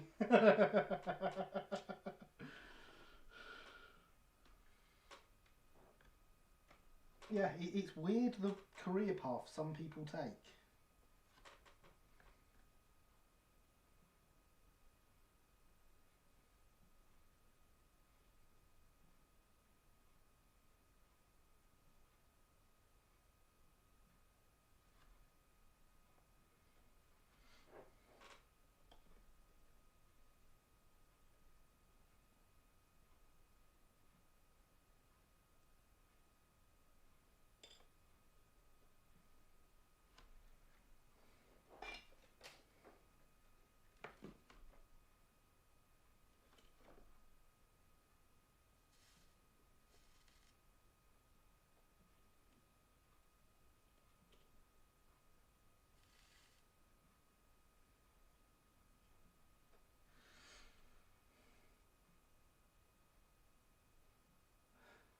I mean, when I grow up, I want to be a modeller and a rock star and an astrophysicist. Yes, Brian, dear, go tidy your room.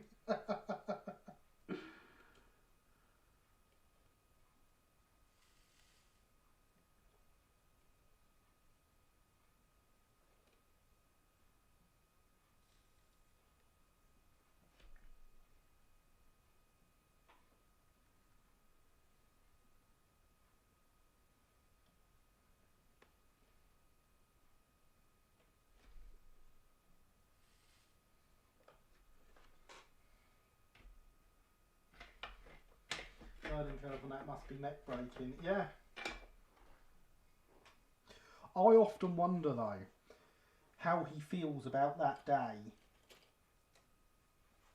How Tim Staffel feels about the day he went up to Brian May and said, look, I can't see this band going anywhere. I've got to leave.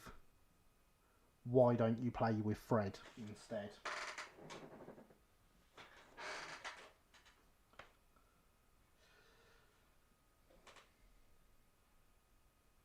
I like to think it rhymed like that.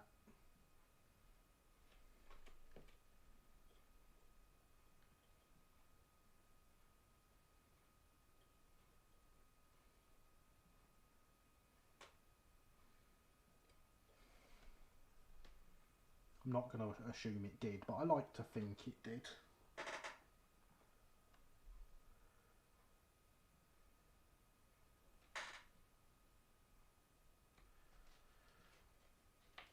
When I was a kid, Thomas shows transitioned to CGI. Used to watch the old series from the 80s and I was impressed with the model work. The model work was great. When I was a kid, there was CGI wasn't, I never saw the CGI stuff until I had kids. Probably should have put these in first, you know.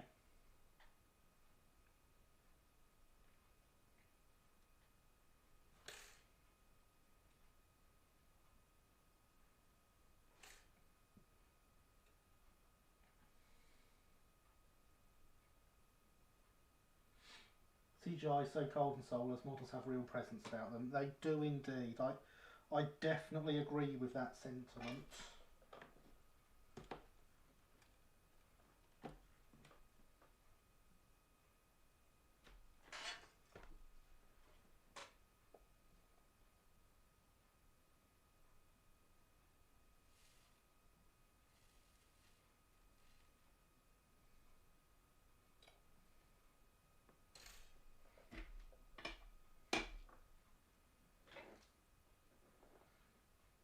Rod Stewart did something similar, just skipped the astrophysics bit. He did.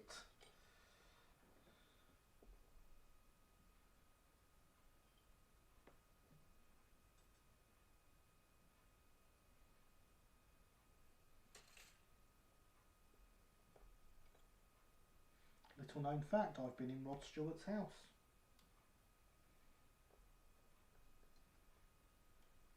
It contained trains.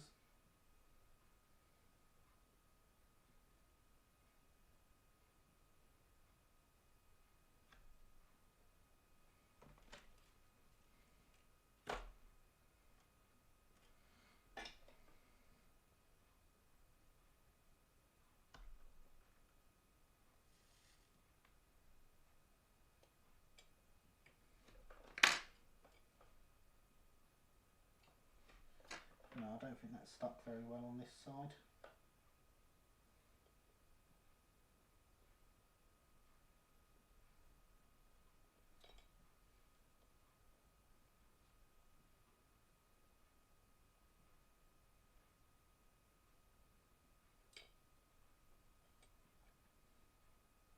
That looks much better.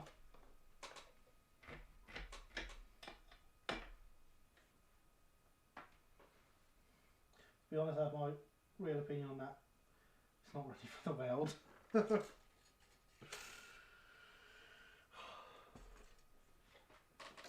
So it's about this book that I will say about this book that what he has done with researching and finding the exact spot these photographs were made, so similar to the way some serious modellers go about their base research. Oh yeah, the man is nothing if not thorough. Yeah.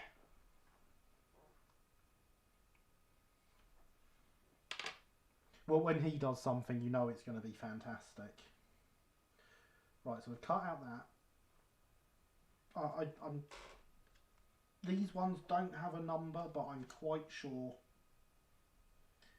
these are not the ones we want.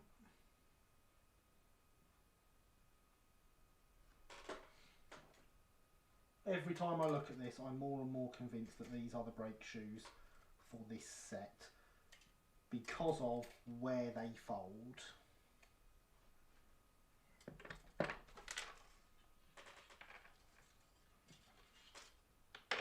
Because they're going to sit under this and they fold in so that they have nothing across the bottom.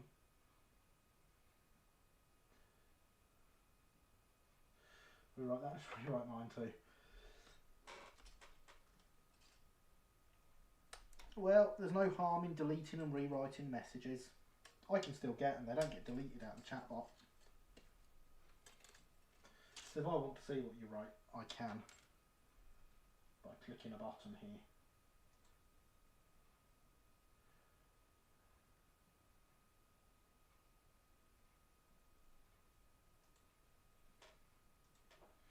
Right. Was there a famous person that you least suspected to be a railway modeller?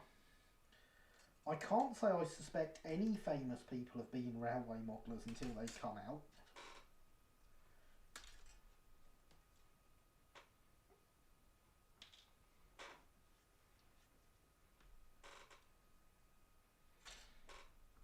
I never assume anyone's a railway modeller unless they turn up to the stream or have heard of RM Web.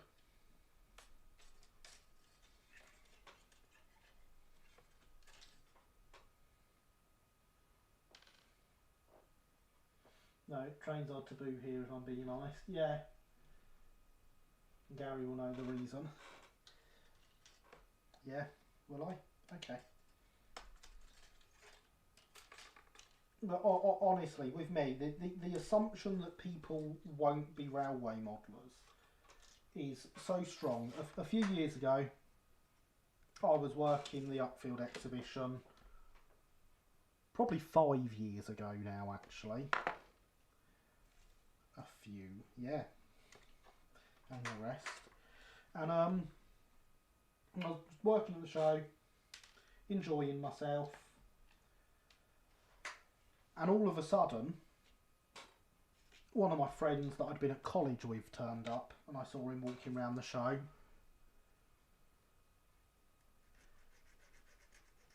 We'd known each other years. Neither of us had a clue the other one was a railway modeller.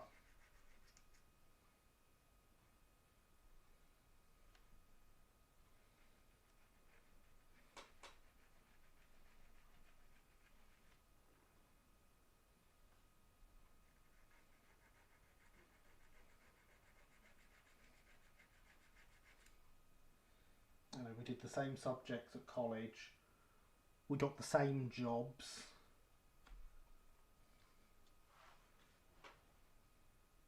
I mean, he's weird and models all this modern stuff and like rail freight and all that.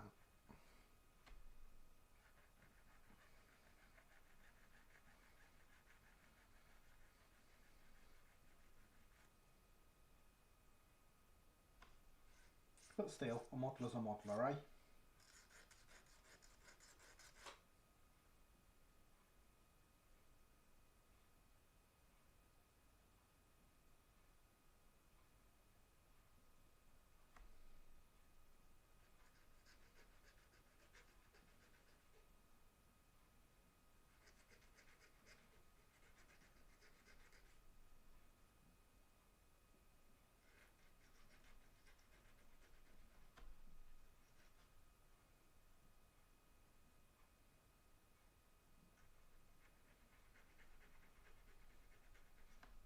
So yeah, if I can't tell my friends are railway modelers, there's no way I could tell a celebrity was. I can say the word celebrity though. Just that one time I couldn't. Right, I'm going to put this over here so I can still see the bits of kit. Right, what's next?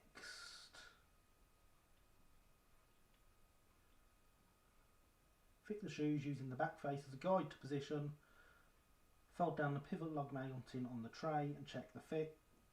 Brake rigging can be fitted to this unit. Yeah, I'm sure it can.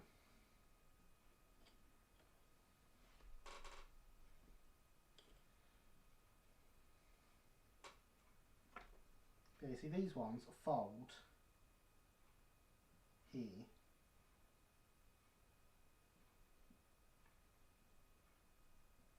So that once they are down, there is nothing sticking up across them, which is why I think they must be the ones for this.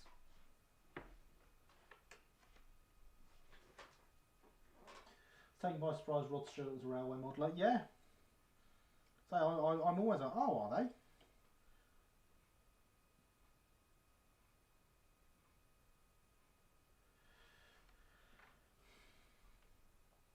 You can tell a modeller's weird by asking what scale they model. Well, my mate still models 00 like I do. So he's got that bit right. And it's just this weird modern rail freight stuff. I think it's rail freight, the red and silver wagons. Which is weirdest, SP4 or He,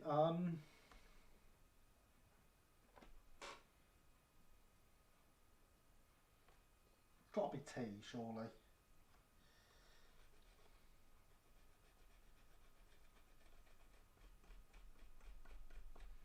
I can see the appeal of S, certainly.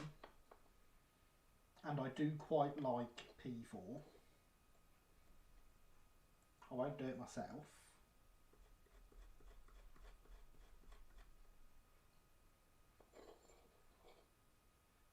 I'd like to, but I'm way too invested in double O now. Look at the number of layouts I've got. I'm double O. Hi double O, I'm Linny. There was a part of me that was hoping to see that, and I did, and now I'm happy. Gorgeous T-gauge, Great Western layout, and RM web using linear induction motors. I mean, that all sounds good, but you spoiled it by saying GWR.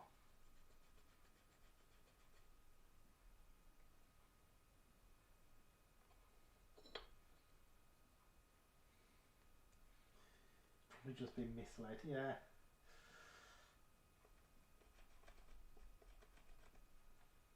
Engage to 150. Yeah, that's very weird.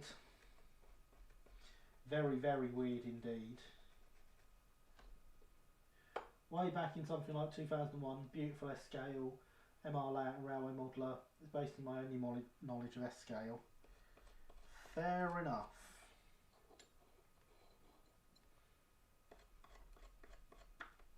We had a very nice S-scale come to Uckfield a few years ago.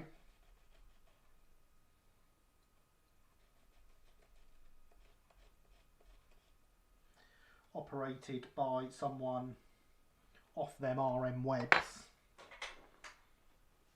We spent a while talking to each other and never knew who each other was until we were arguing on RM web after the show.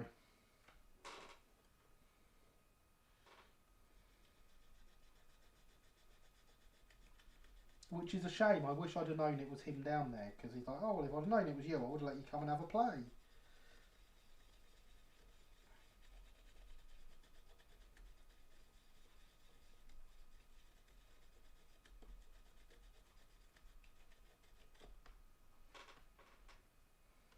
Yeah, that was Midland and Great Northern, and it was great.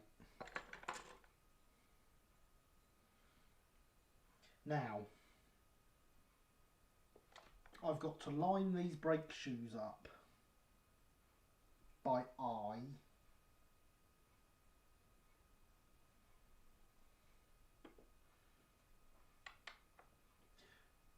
Z is somewhat weird. Yep, can't argue with that.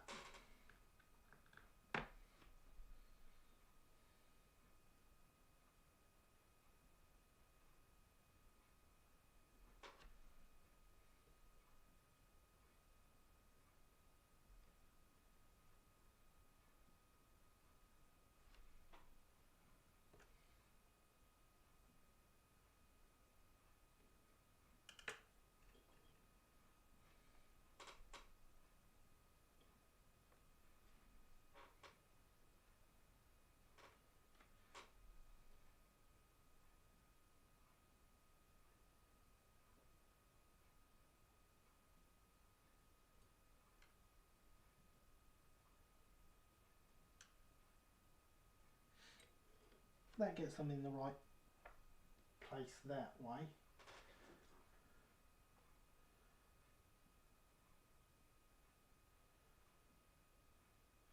Don't know how I feel about this. I have a 00 scale hedgehog to paint. Interesting. Z is teeny, be good if there were more Z. Some squirrels. Yeah. There are certain people from RM Web I'd love to meet in real life. I have some steel toe cap boots that would love to say hello to their unmentionables. Oh, well, I'm talking about one of them people, Alex. Definitely one of them people I'm talking about. I approve of 00 scale woodland creatures. Okay, thank you for coming by, J94. It has been great to have you here. Stay safe, and I look forward to seeing you again next week.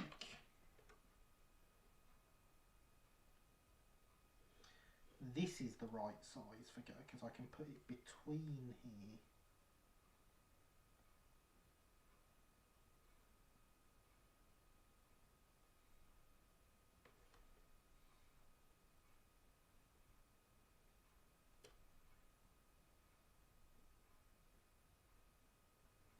I cannot believe it actually says, oh, you just line up the rear of the brakes.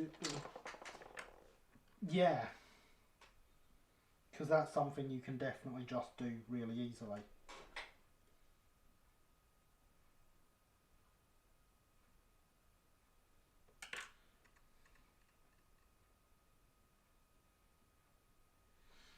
It's a good job soldering can be undone. That's what I'm going to say about this job.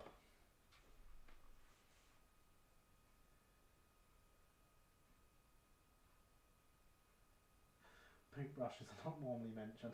Make sure your paint squirrels are right colour. Red squirrels for 20th century. Squirrel colour depends on region and date. It does indeed, but red squirrels are always the best squirrels, regardless of region and date. So that I've moved it now. If I fold these bits out now, rather than wait until the next instruction tells me to fold them out.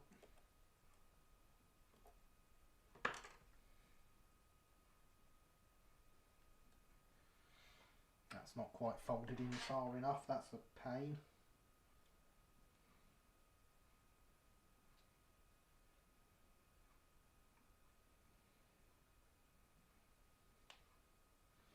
What with them being all soldered and stuff.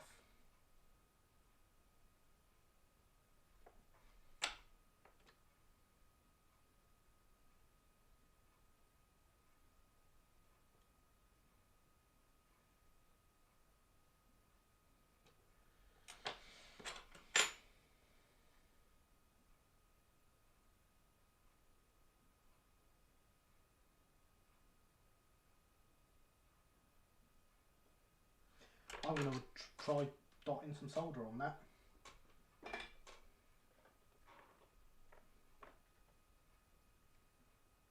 Indeed, must be more hydration is needed.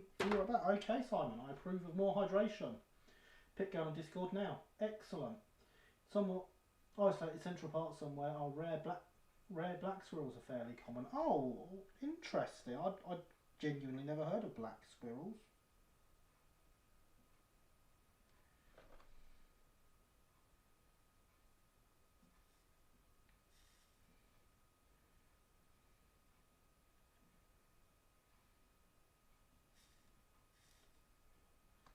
No, not just on there. On the underframe as well. Yeah, like that. Right, now you're in place.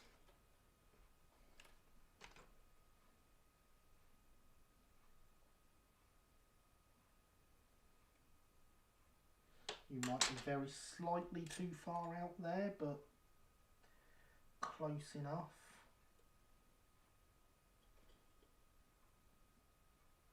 But you are slightly too far over. Strange tangent, but anyone remember the Mythbust episode where they showed the impact on steel toe cap boots resulting in cutting toes off? That was quite scary. I do remember that.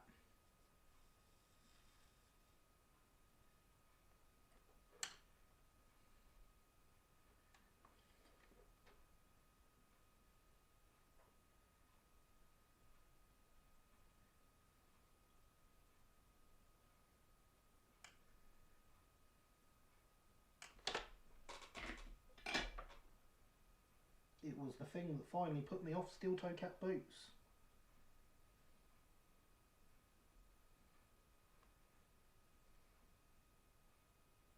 Small animals, really? I look forward to seeing it. Indeed, America has grey, black and red squirrels.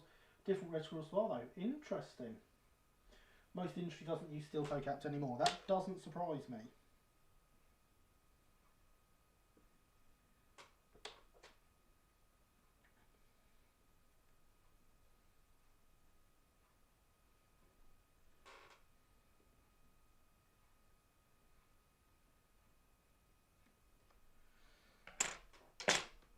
when I had horses, the steel toe cap boots were explicitly banned from the yard for exactly that reason.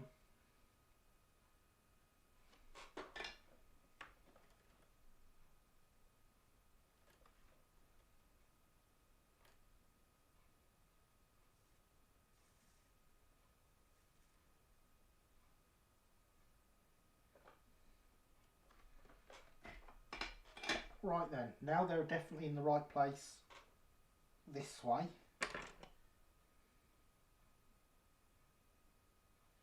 They seem to be in the right place that way. Even if we have just pulled them back up off there because they were only tacked in one place. But that's fine because we can just fold them back down. They're not going to move very far. And now we can tack them again. And then we can respond to the bot telling us hydration is important.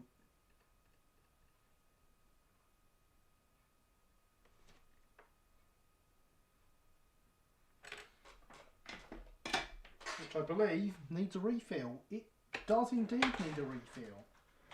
So let's do that.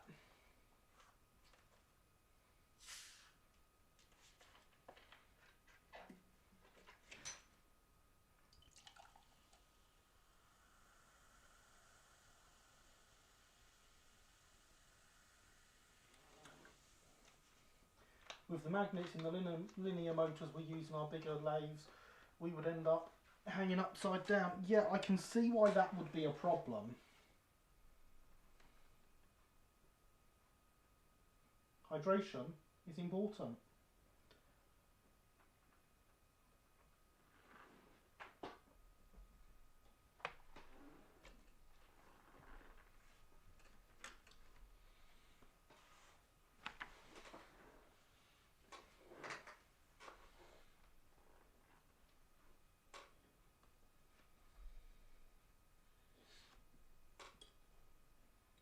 So I polished all this up already, didn't I? Yes. Now we're going to go for a bit of a smothering of flux there.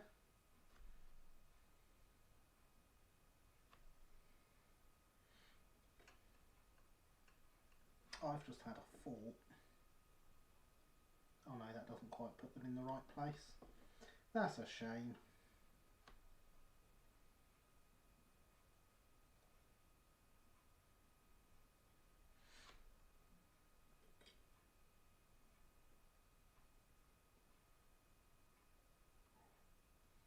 Stick that down in roughly the right place. Apply flux to the top of it.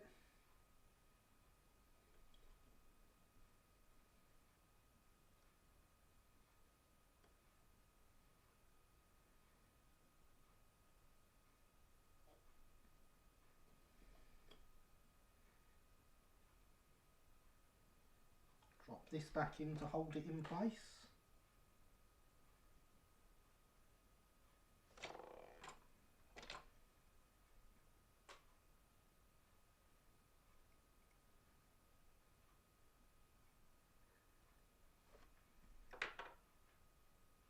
Drop that in to line them up that way.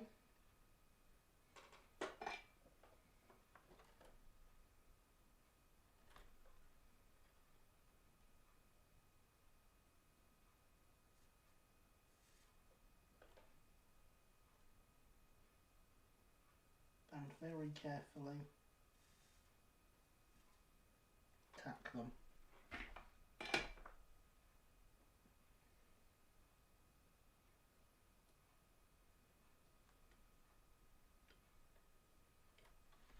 Now we can lift that out. Check that way again.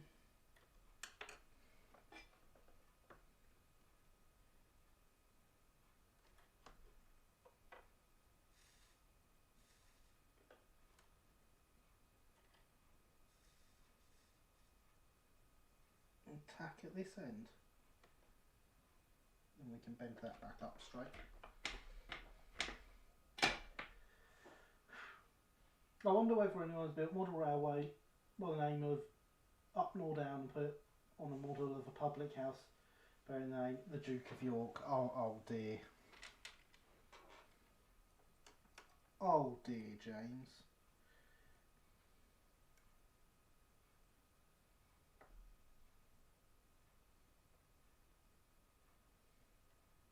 If they haven't, I want you to do it now as your punishment for making that joke. That's those breaks in.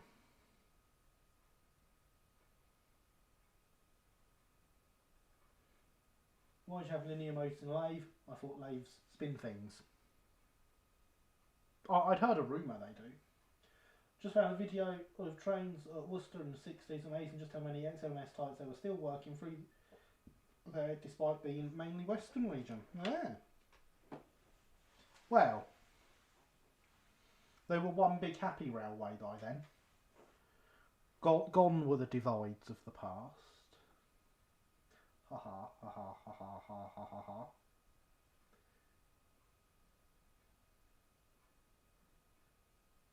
Right, so that was cut out the pivot WI, done. And shoes, done. Form up and fit bearings, fit the shoes using the back-to-back faces guide, done. Fold down the pivot lug mounting on the tray, done. Check the fit. Brake rigging can now be fitted. It doesn't say to actually fit it yet. It just says check the fit.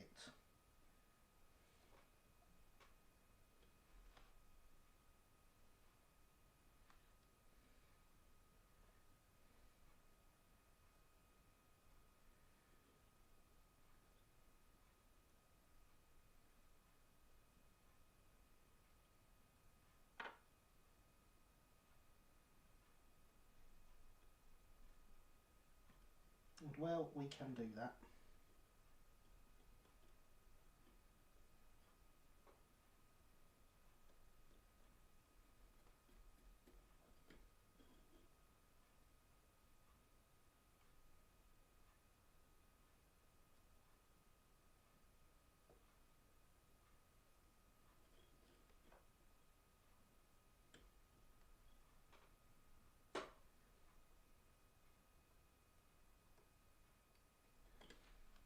Let's see if we can get one of those thinner bits of wire through.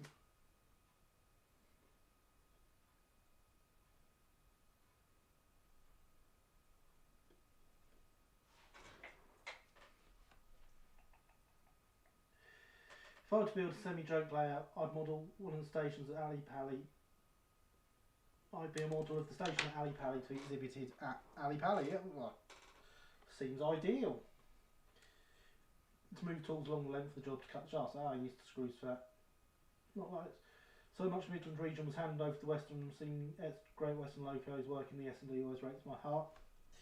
Yep, it's wrong, isn't it?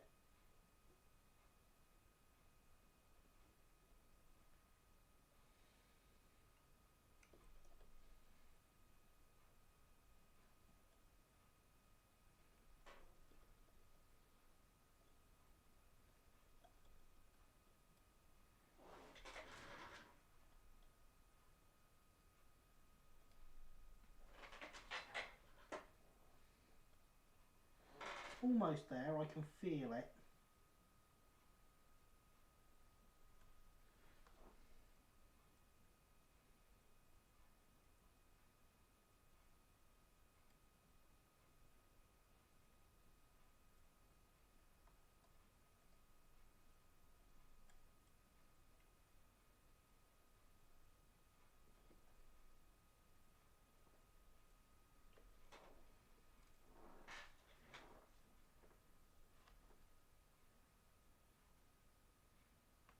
There we go. So that's now that in the right place.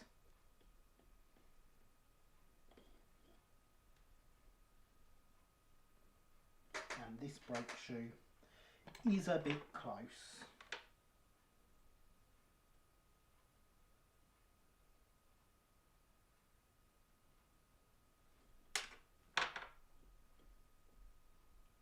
But the rest are all fine.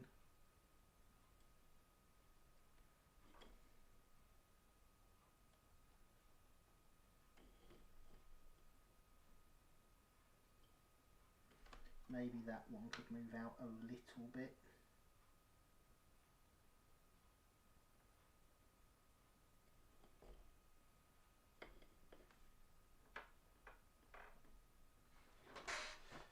The wheels fit. I mean, motor's a bit faster than lead screws. Well, yes. Perils of nationalisation were admired. They were indeed. Unpunished replacing ginties on the licky. That was true heresy. It was. Feeling very civilised tonight.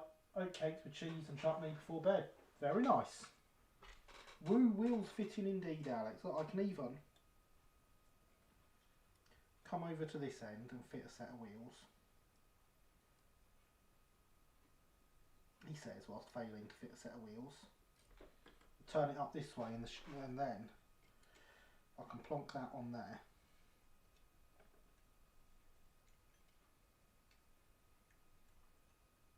Oh yeah, right, I can't fully plonk it on there because of this. But there we go, look, there's a brake van. That's where I'll put the roof. It's a brake van.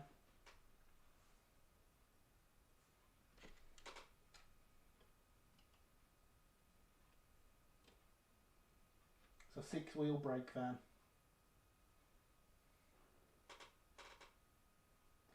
Very Scottish indeed. All's wheel that ends wheel, yes. But yes, Linny's oatcakes do sound very Scottish. Good reason for that. What was where Linny lives and stuff. Yeah, those wheels can stay in there now. Right then, so that is that instruction done. We're on to part 8 now. Let's get another mark on there so we don't forget that.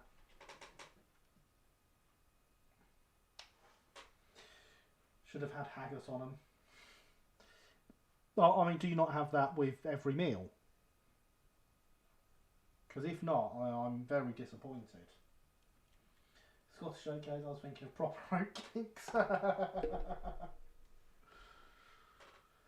So, instruction 8, which is the centre wheel set. Then I will actually be able to put it up properly on all 6 wheels. Wouldn't that be a fantastic thing to get done before the end of the live stream? Cut the centre tube bearing to length. Allow 0.5mm end float on the wheel back to back. I lost my dimension. There we go.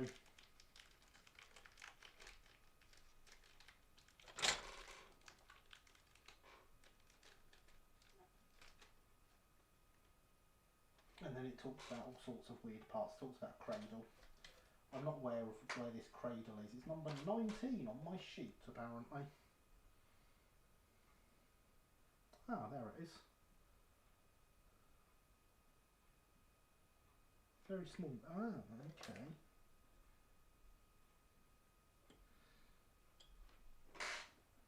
So that wants to be 1mm smaller than 00 gauge back to back, apparently. I don't even know what 00 gauge back to back is off the top of my head. It's a proper oatcake, Staffordshire oatcake, true delicacy, literally the only reason I go to Stoke-on-Trent. Well, I don't even go there for that.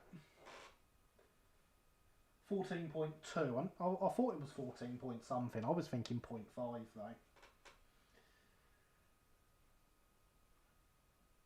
There's no neeps and tatties. I prefer my haggis deep fried with chips. Well, look at that, see. How long is this out of interest? It is currently 17mm. I wonder what it could be possibly set up for.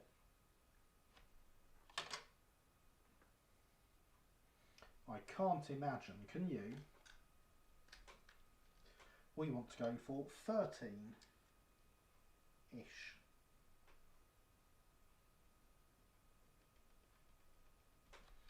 So we want to cut it there.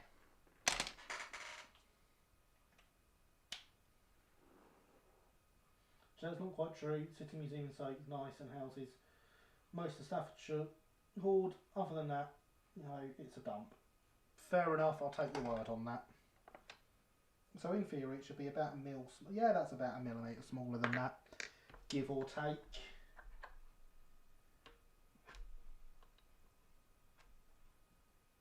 How long is that axle? It's not an axle. It's a tube. It's the bearing for the centre wheel set.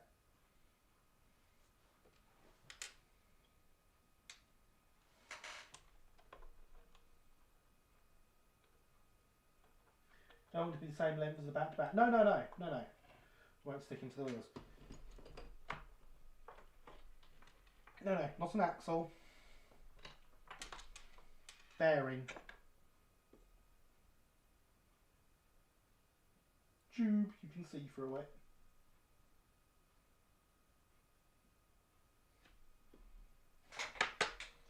Have no fear, I'm not that silly, because I've got it written down in front of me what I'm doing. Tube, exactly, tube. I'm glad you could spell that.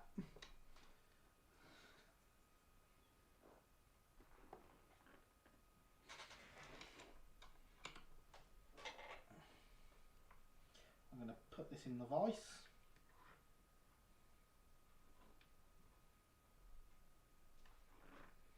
I have many vices, this is just one of them. YouTube. Yep.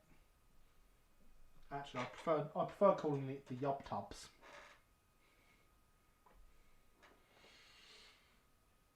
Hydration is important.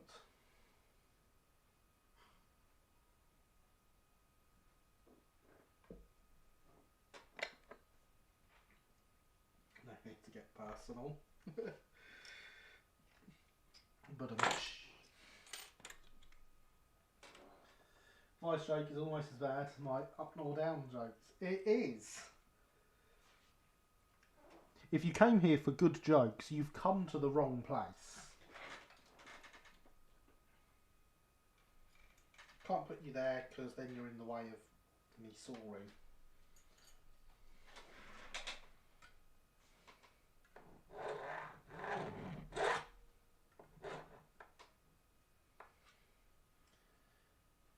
If you want me to hit the mute button, do say.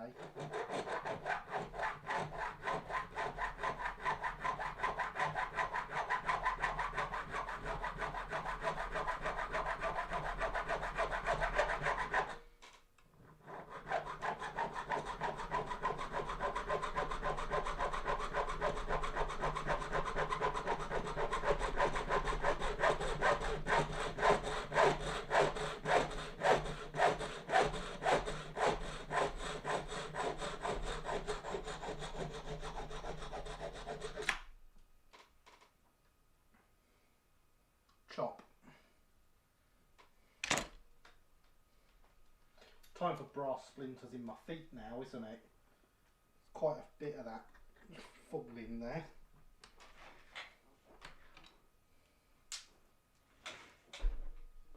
And now it's all fallen.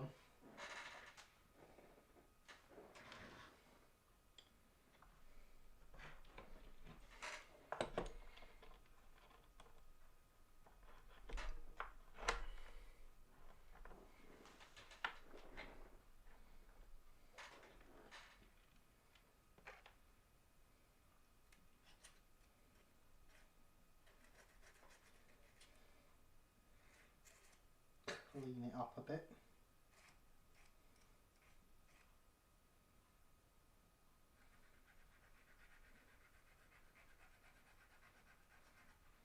And then obviously I'll have to clean the inside of it up as well.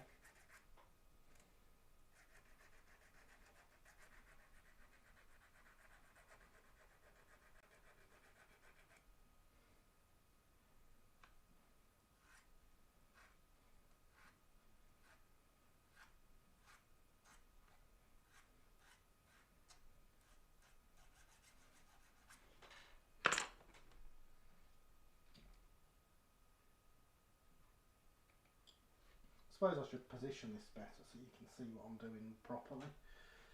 So if you want bad jokes, ask my son the other day why it sounds nice when cows are ill, because it's moo sick. Oh dear.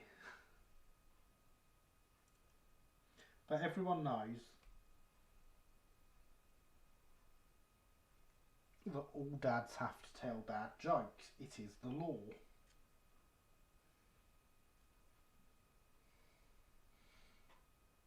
I've become exceptionally good at it. This is Christmas cracker land. No, it's not that good.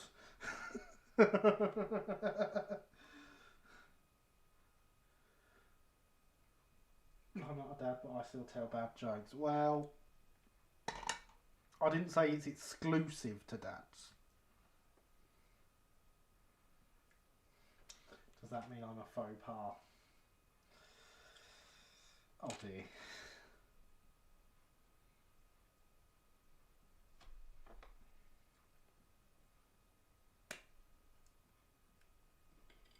No, that bit's meant to come off as well.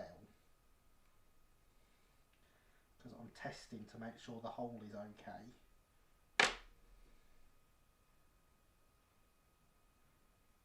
Oh, don't tell me you're not going to fit over where it's knurled. That's annoying. I never realised the axle was slightly thicker there.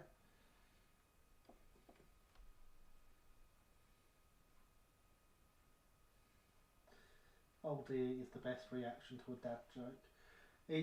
It's the only allowed reaction to a dad joke. If you don't give that reaction, then the joke has been told wrong. You started, James. Yes, I did. This was an error. It is rather the point of knurling. Yes, I never even thought about the fact they were knurled, to be honest. Groan is also an acceptable reaction. I suppose so.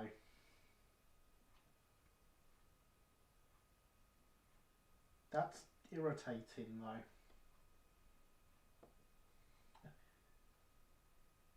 I did check it was wide enough for that the axles were okay for it. I just forgot to take the wheel off and check.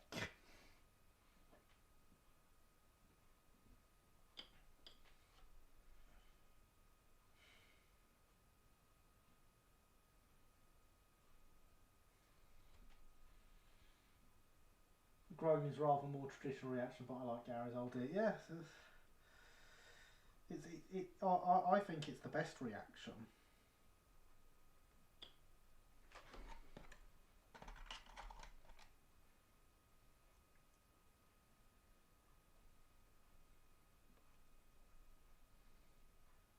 Just making sure it's fully round and there's no burrs on it that are stopping it. I know there isn't, but shush. Sometimes we have to check these things.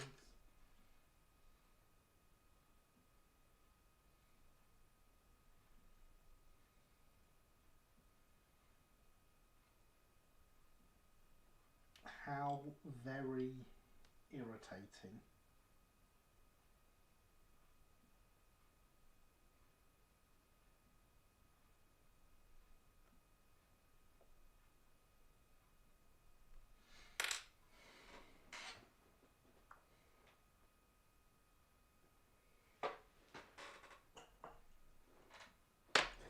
I bet. No, that's not the one. I've got a set in here that there they are, that I've moved on to an axle.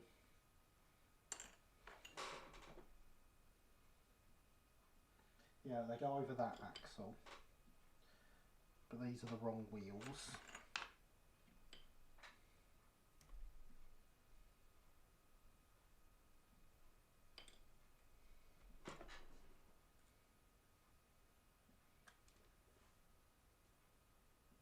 Oh no. I wanted that insulating bush.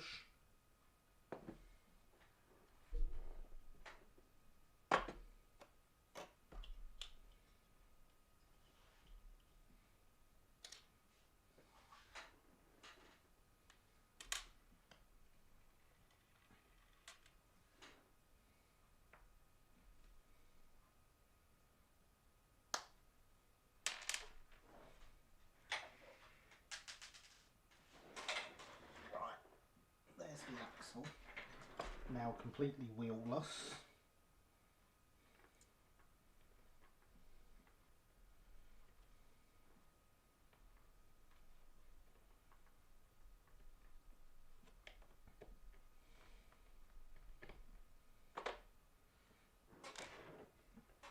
Right then, that's going to be, ooh, ooh.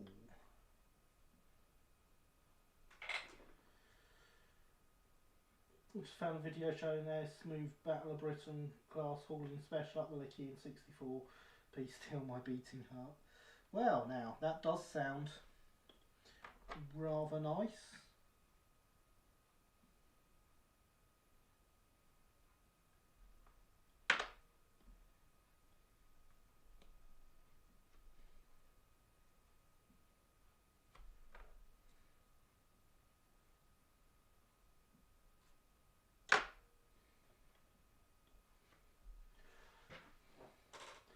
Goodness me, much better than bad puns. Do share a link on Discord so we share after the stream. Indeed, do.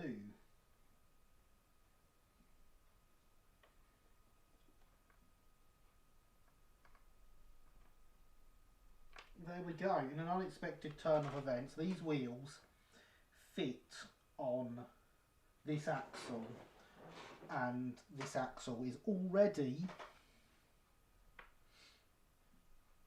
got flat ends on it, so we don't need to file it down, and the tube bearing fits. I'll link 2 videos I found on Discord tomorrow. You know me on Sundays, yeah.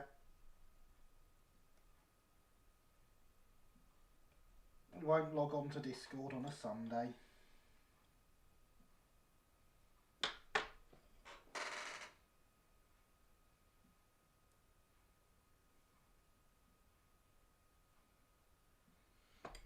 Right.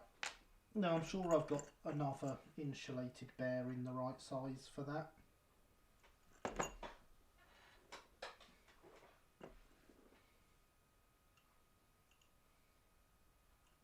I say that with I say that with so much confidence, don't I? You almost believe me.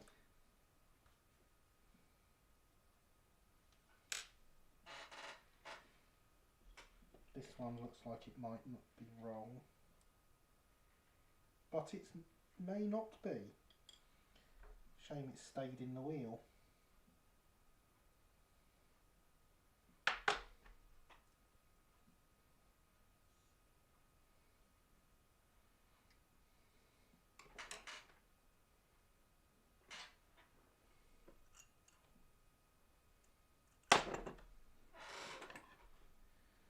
And this is definitely the wrong type of wheel for this brake van.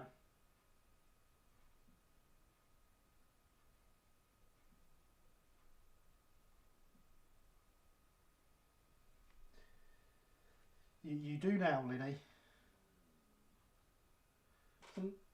Sunday's been my day off and walking on social media for well over a year now. I think it's healthy to have regular time off from the internet. I agree. I'm not going to start doing it, but I agree.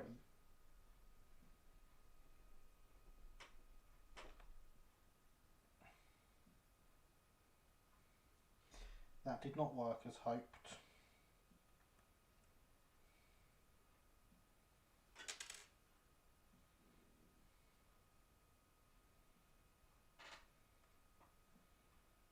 Wheelie does not want to give up this bearing.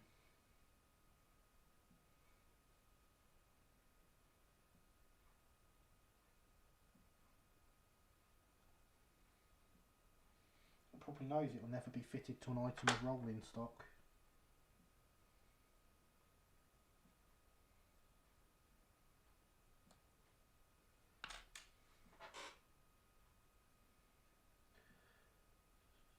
First time PC's been on for more than 30 minutes in 2 months. Well, I am honoured that you have made that first leap into having your PC on for longer to watch me struggle with a bearing off camera.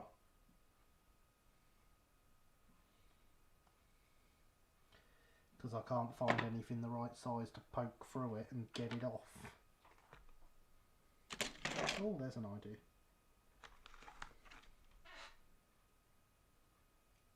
Aha!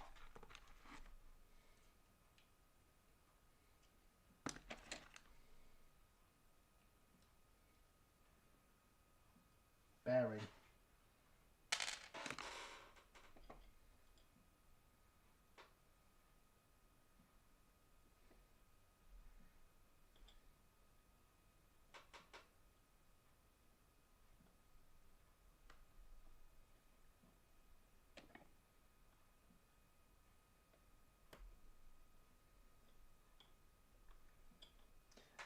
There we go. Problem solved. And look, there's a link to the Facebook. Oh God, that means we're getting close to the end. I did not realise it was that late. Go away, wheels. So, cut tube to length. Done that. Bend up the cradle and fit the tube centrally. Fold up the brake shoes and fit to the top plate. Gauge position from witness marks on the top face.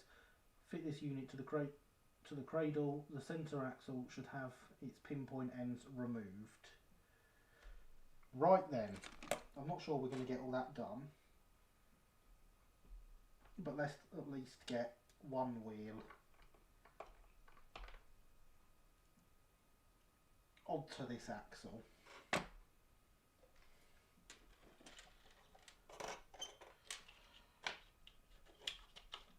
So the cradle is piece number 19. This is piece number 19 here.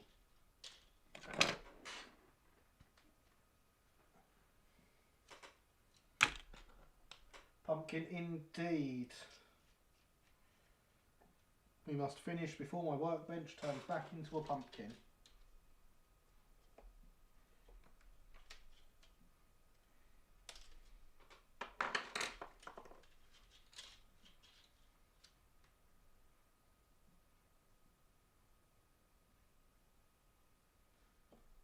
So that gets folded up, that goes in there.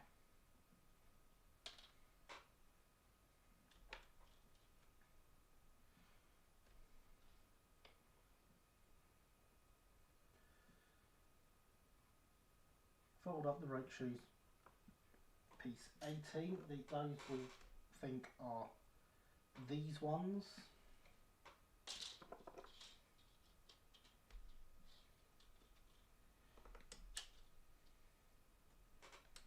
I will obviously solder all this, but I'm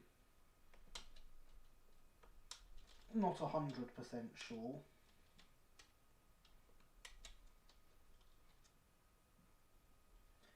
On how this top plate fits, and I want to make sure I'm okay with it all.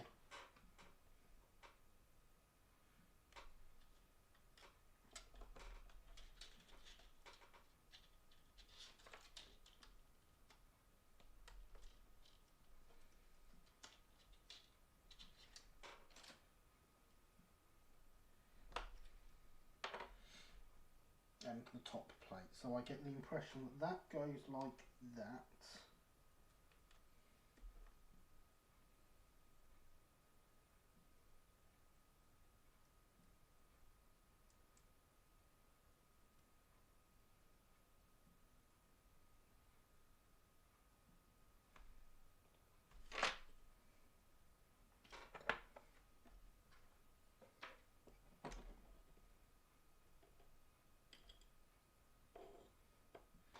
Right, let's file them down first.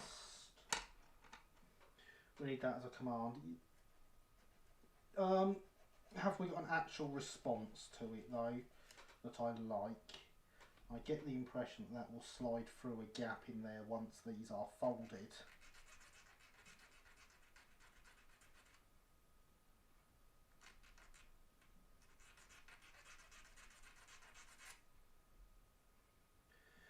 Gonna have to love you and leave you.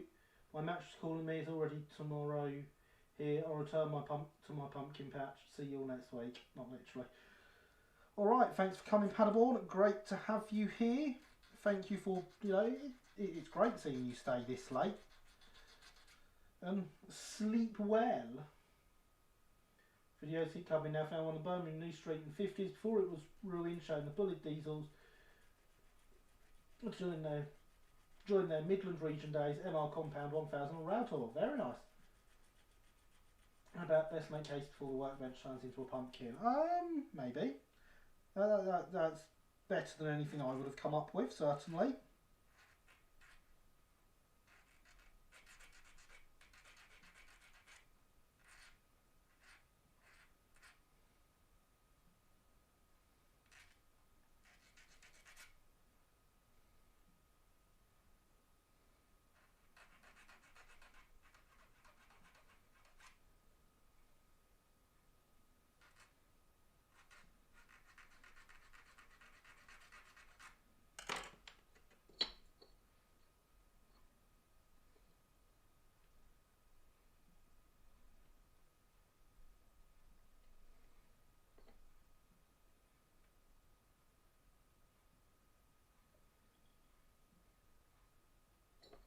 So they have fold marks there.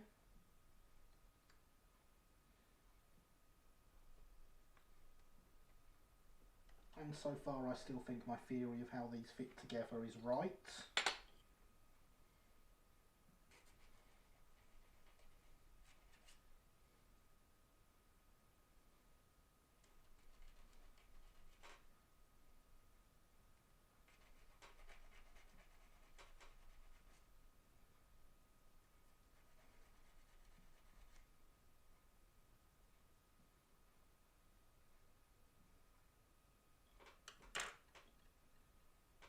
I think these slide through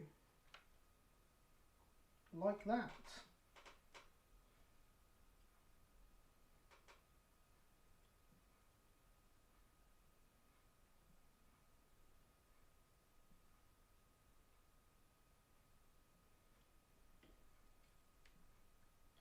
So, I forgot to file these down, didn't I?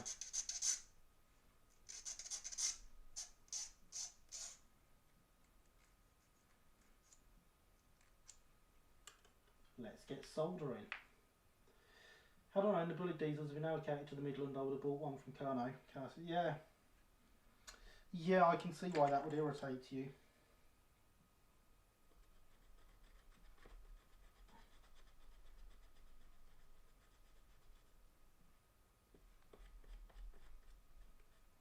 Way too modern though.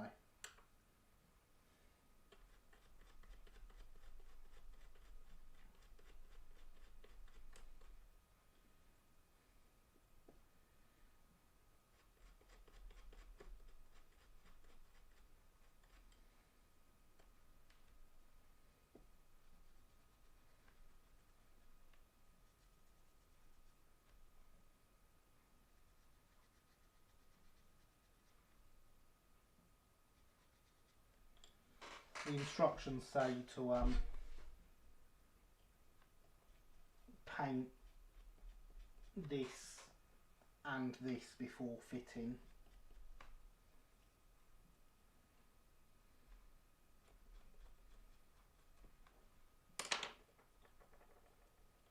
Or before fitting permanently anyway. So you know what we'll be having to do next week?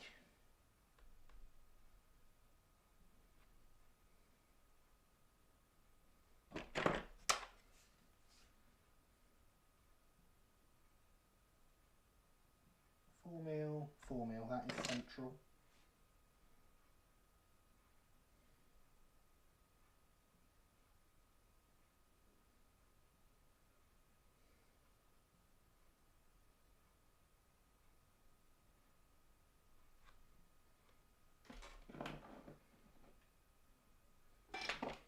Oh no, don't put it across the top of the iron, that's no good.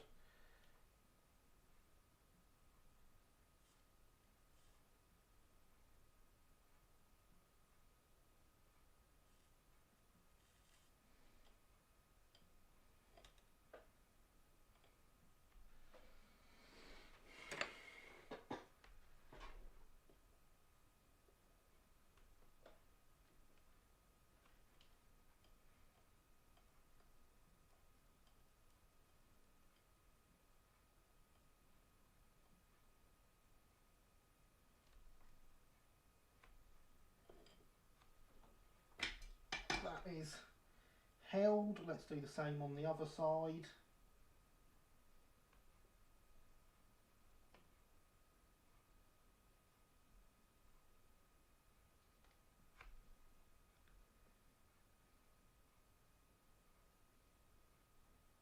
God, look at that, the flux is melting straight on because the whole unit's so hot.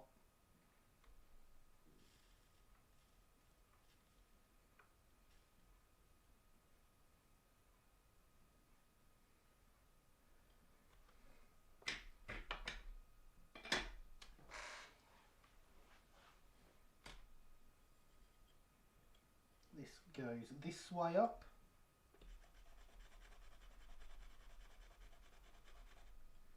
And gets to become nice and shiny.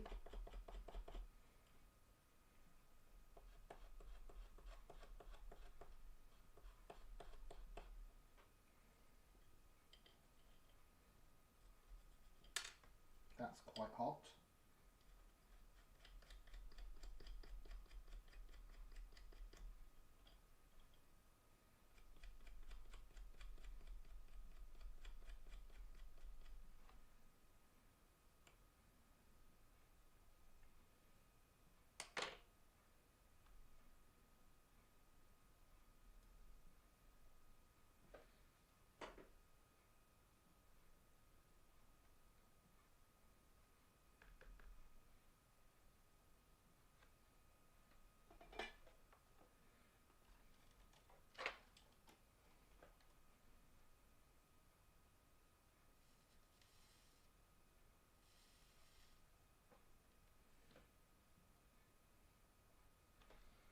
I mean, I'm pretty sure we're now at a state where we could technically fit all 3 sets of wheels.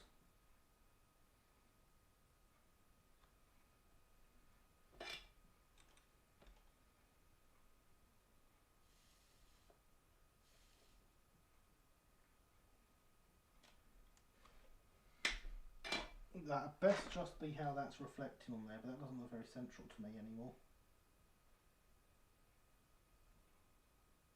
Oh no, it's just how the solder is, it's fine, it's plenty central.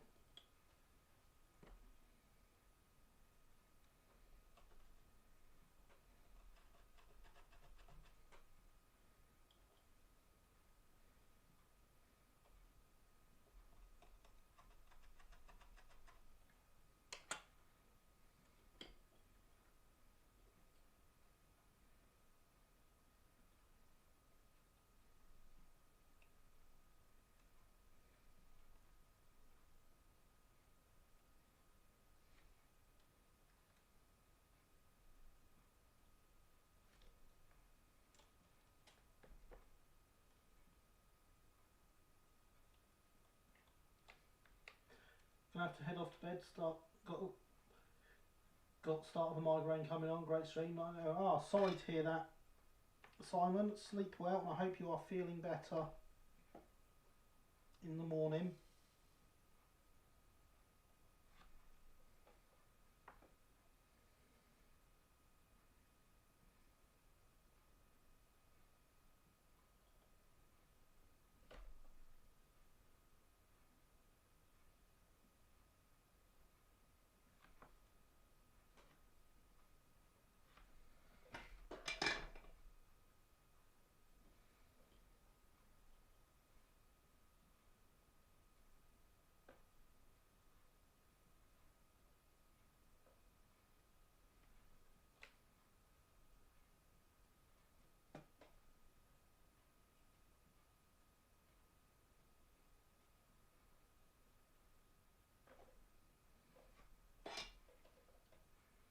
I must stop for dinner. Going right on a break. Thank you.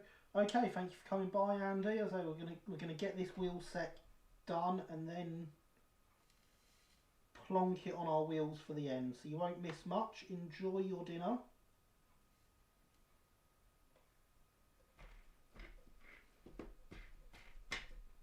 And there is the repeat of the smash the like button message to warn you there's only 3 minutes left to smash that like button.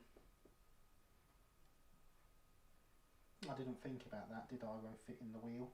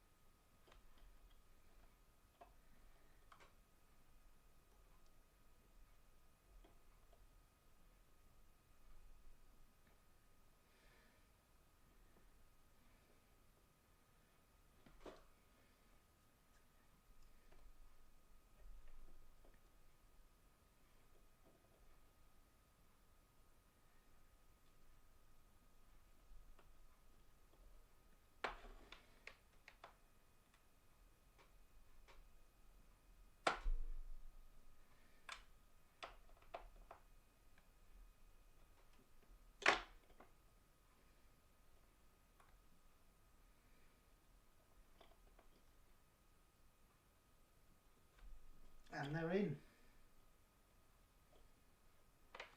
They go in there.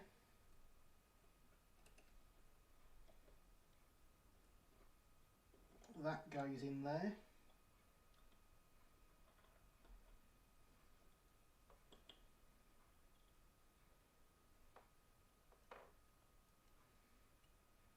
And it all falls apart.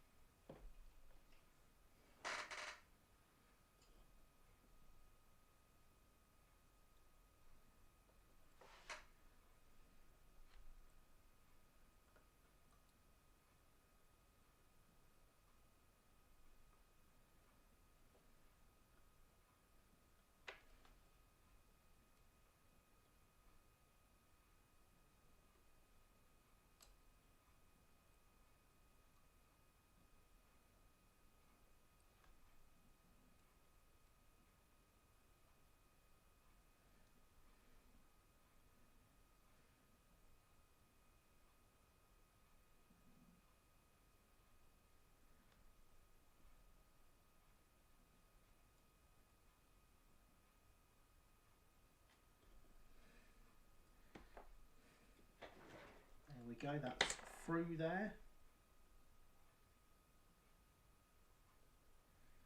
Through there.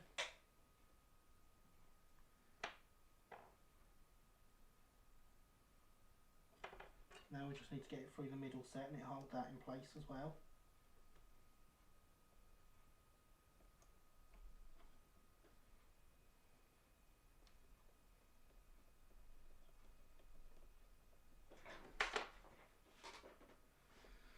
Just like that, and there's all the wheels in place.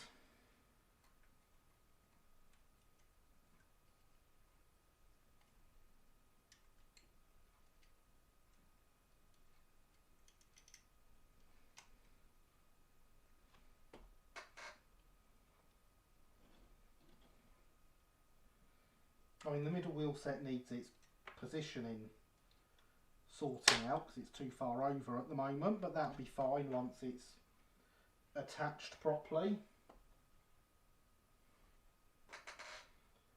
But there we have, as we tick over to midnight, a 6-wheel brake van on its wheels. And, although not quite finished yet, fully compensated.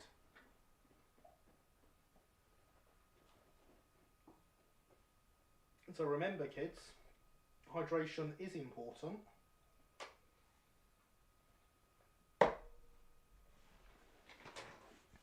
And you might not think you can build fully compensated underframes, but if you stick a camera in front of you and do it live, then apparently you can.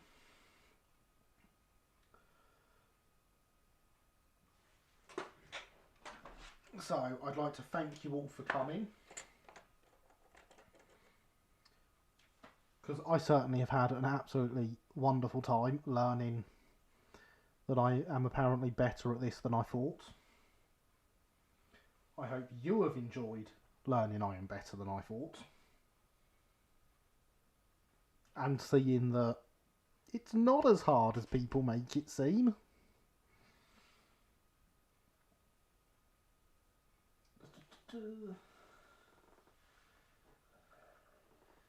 Right, I'll pop a bit early for some work. Good night all. Good night, Javier.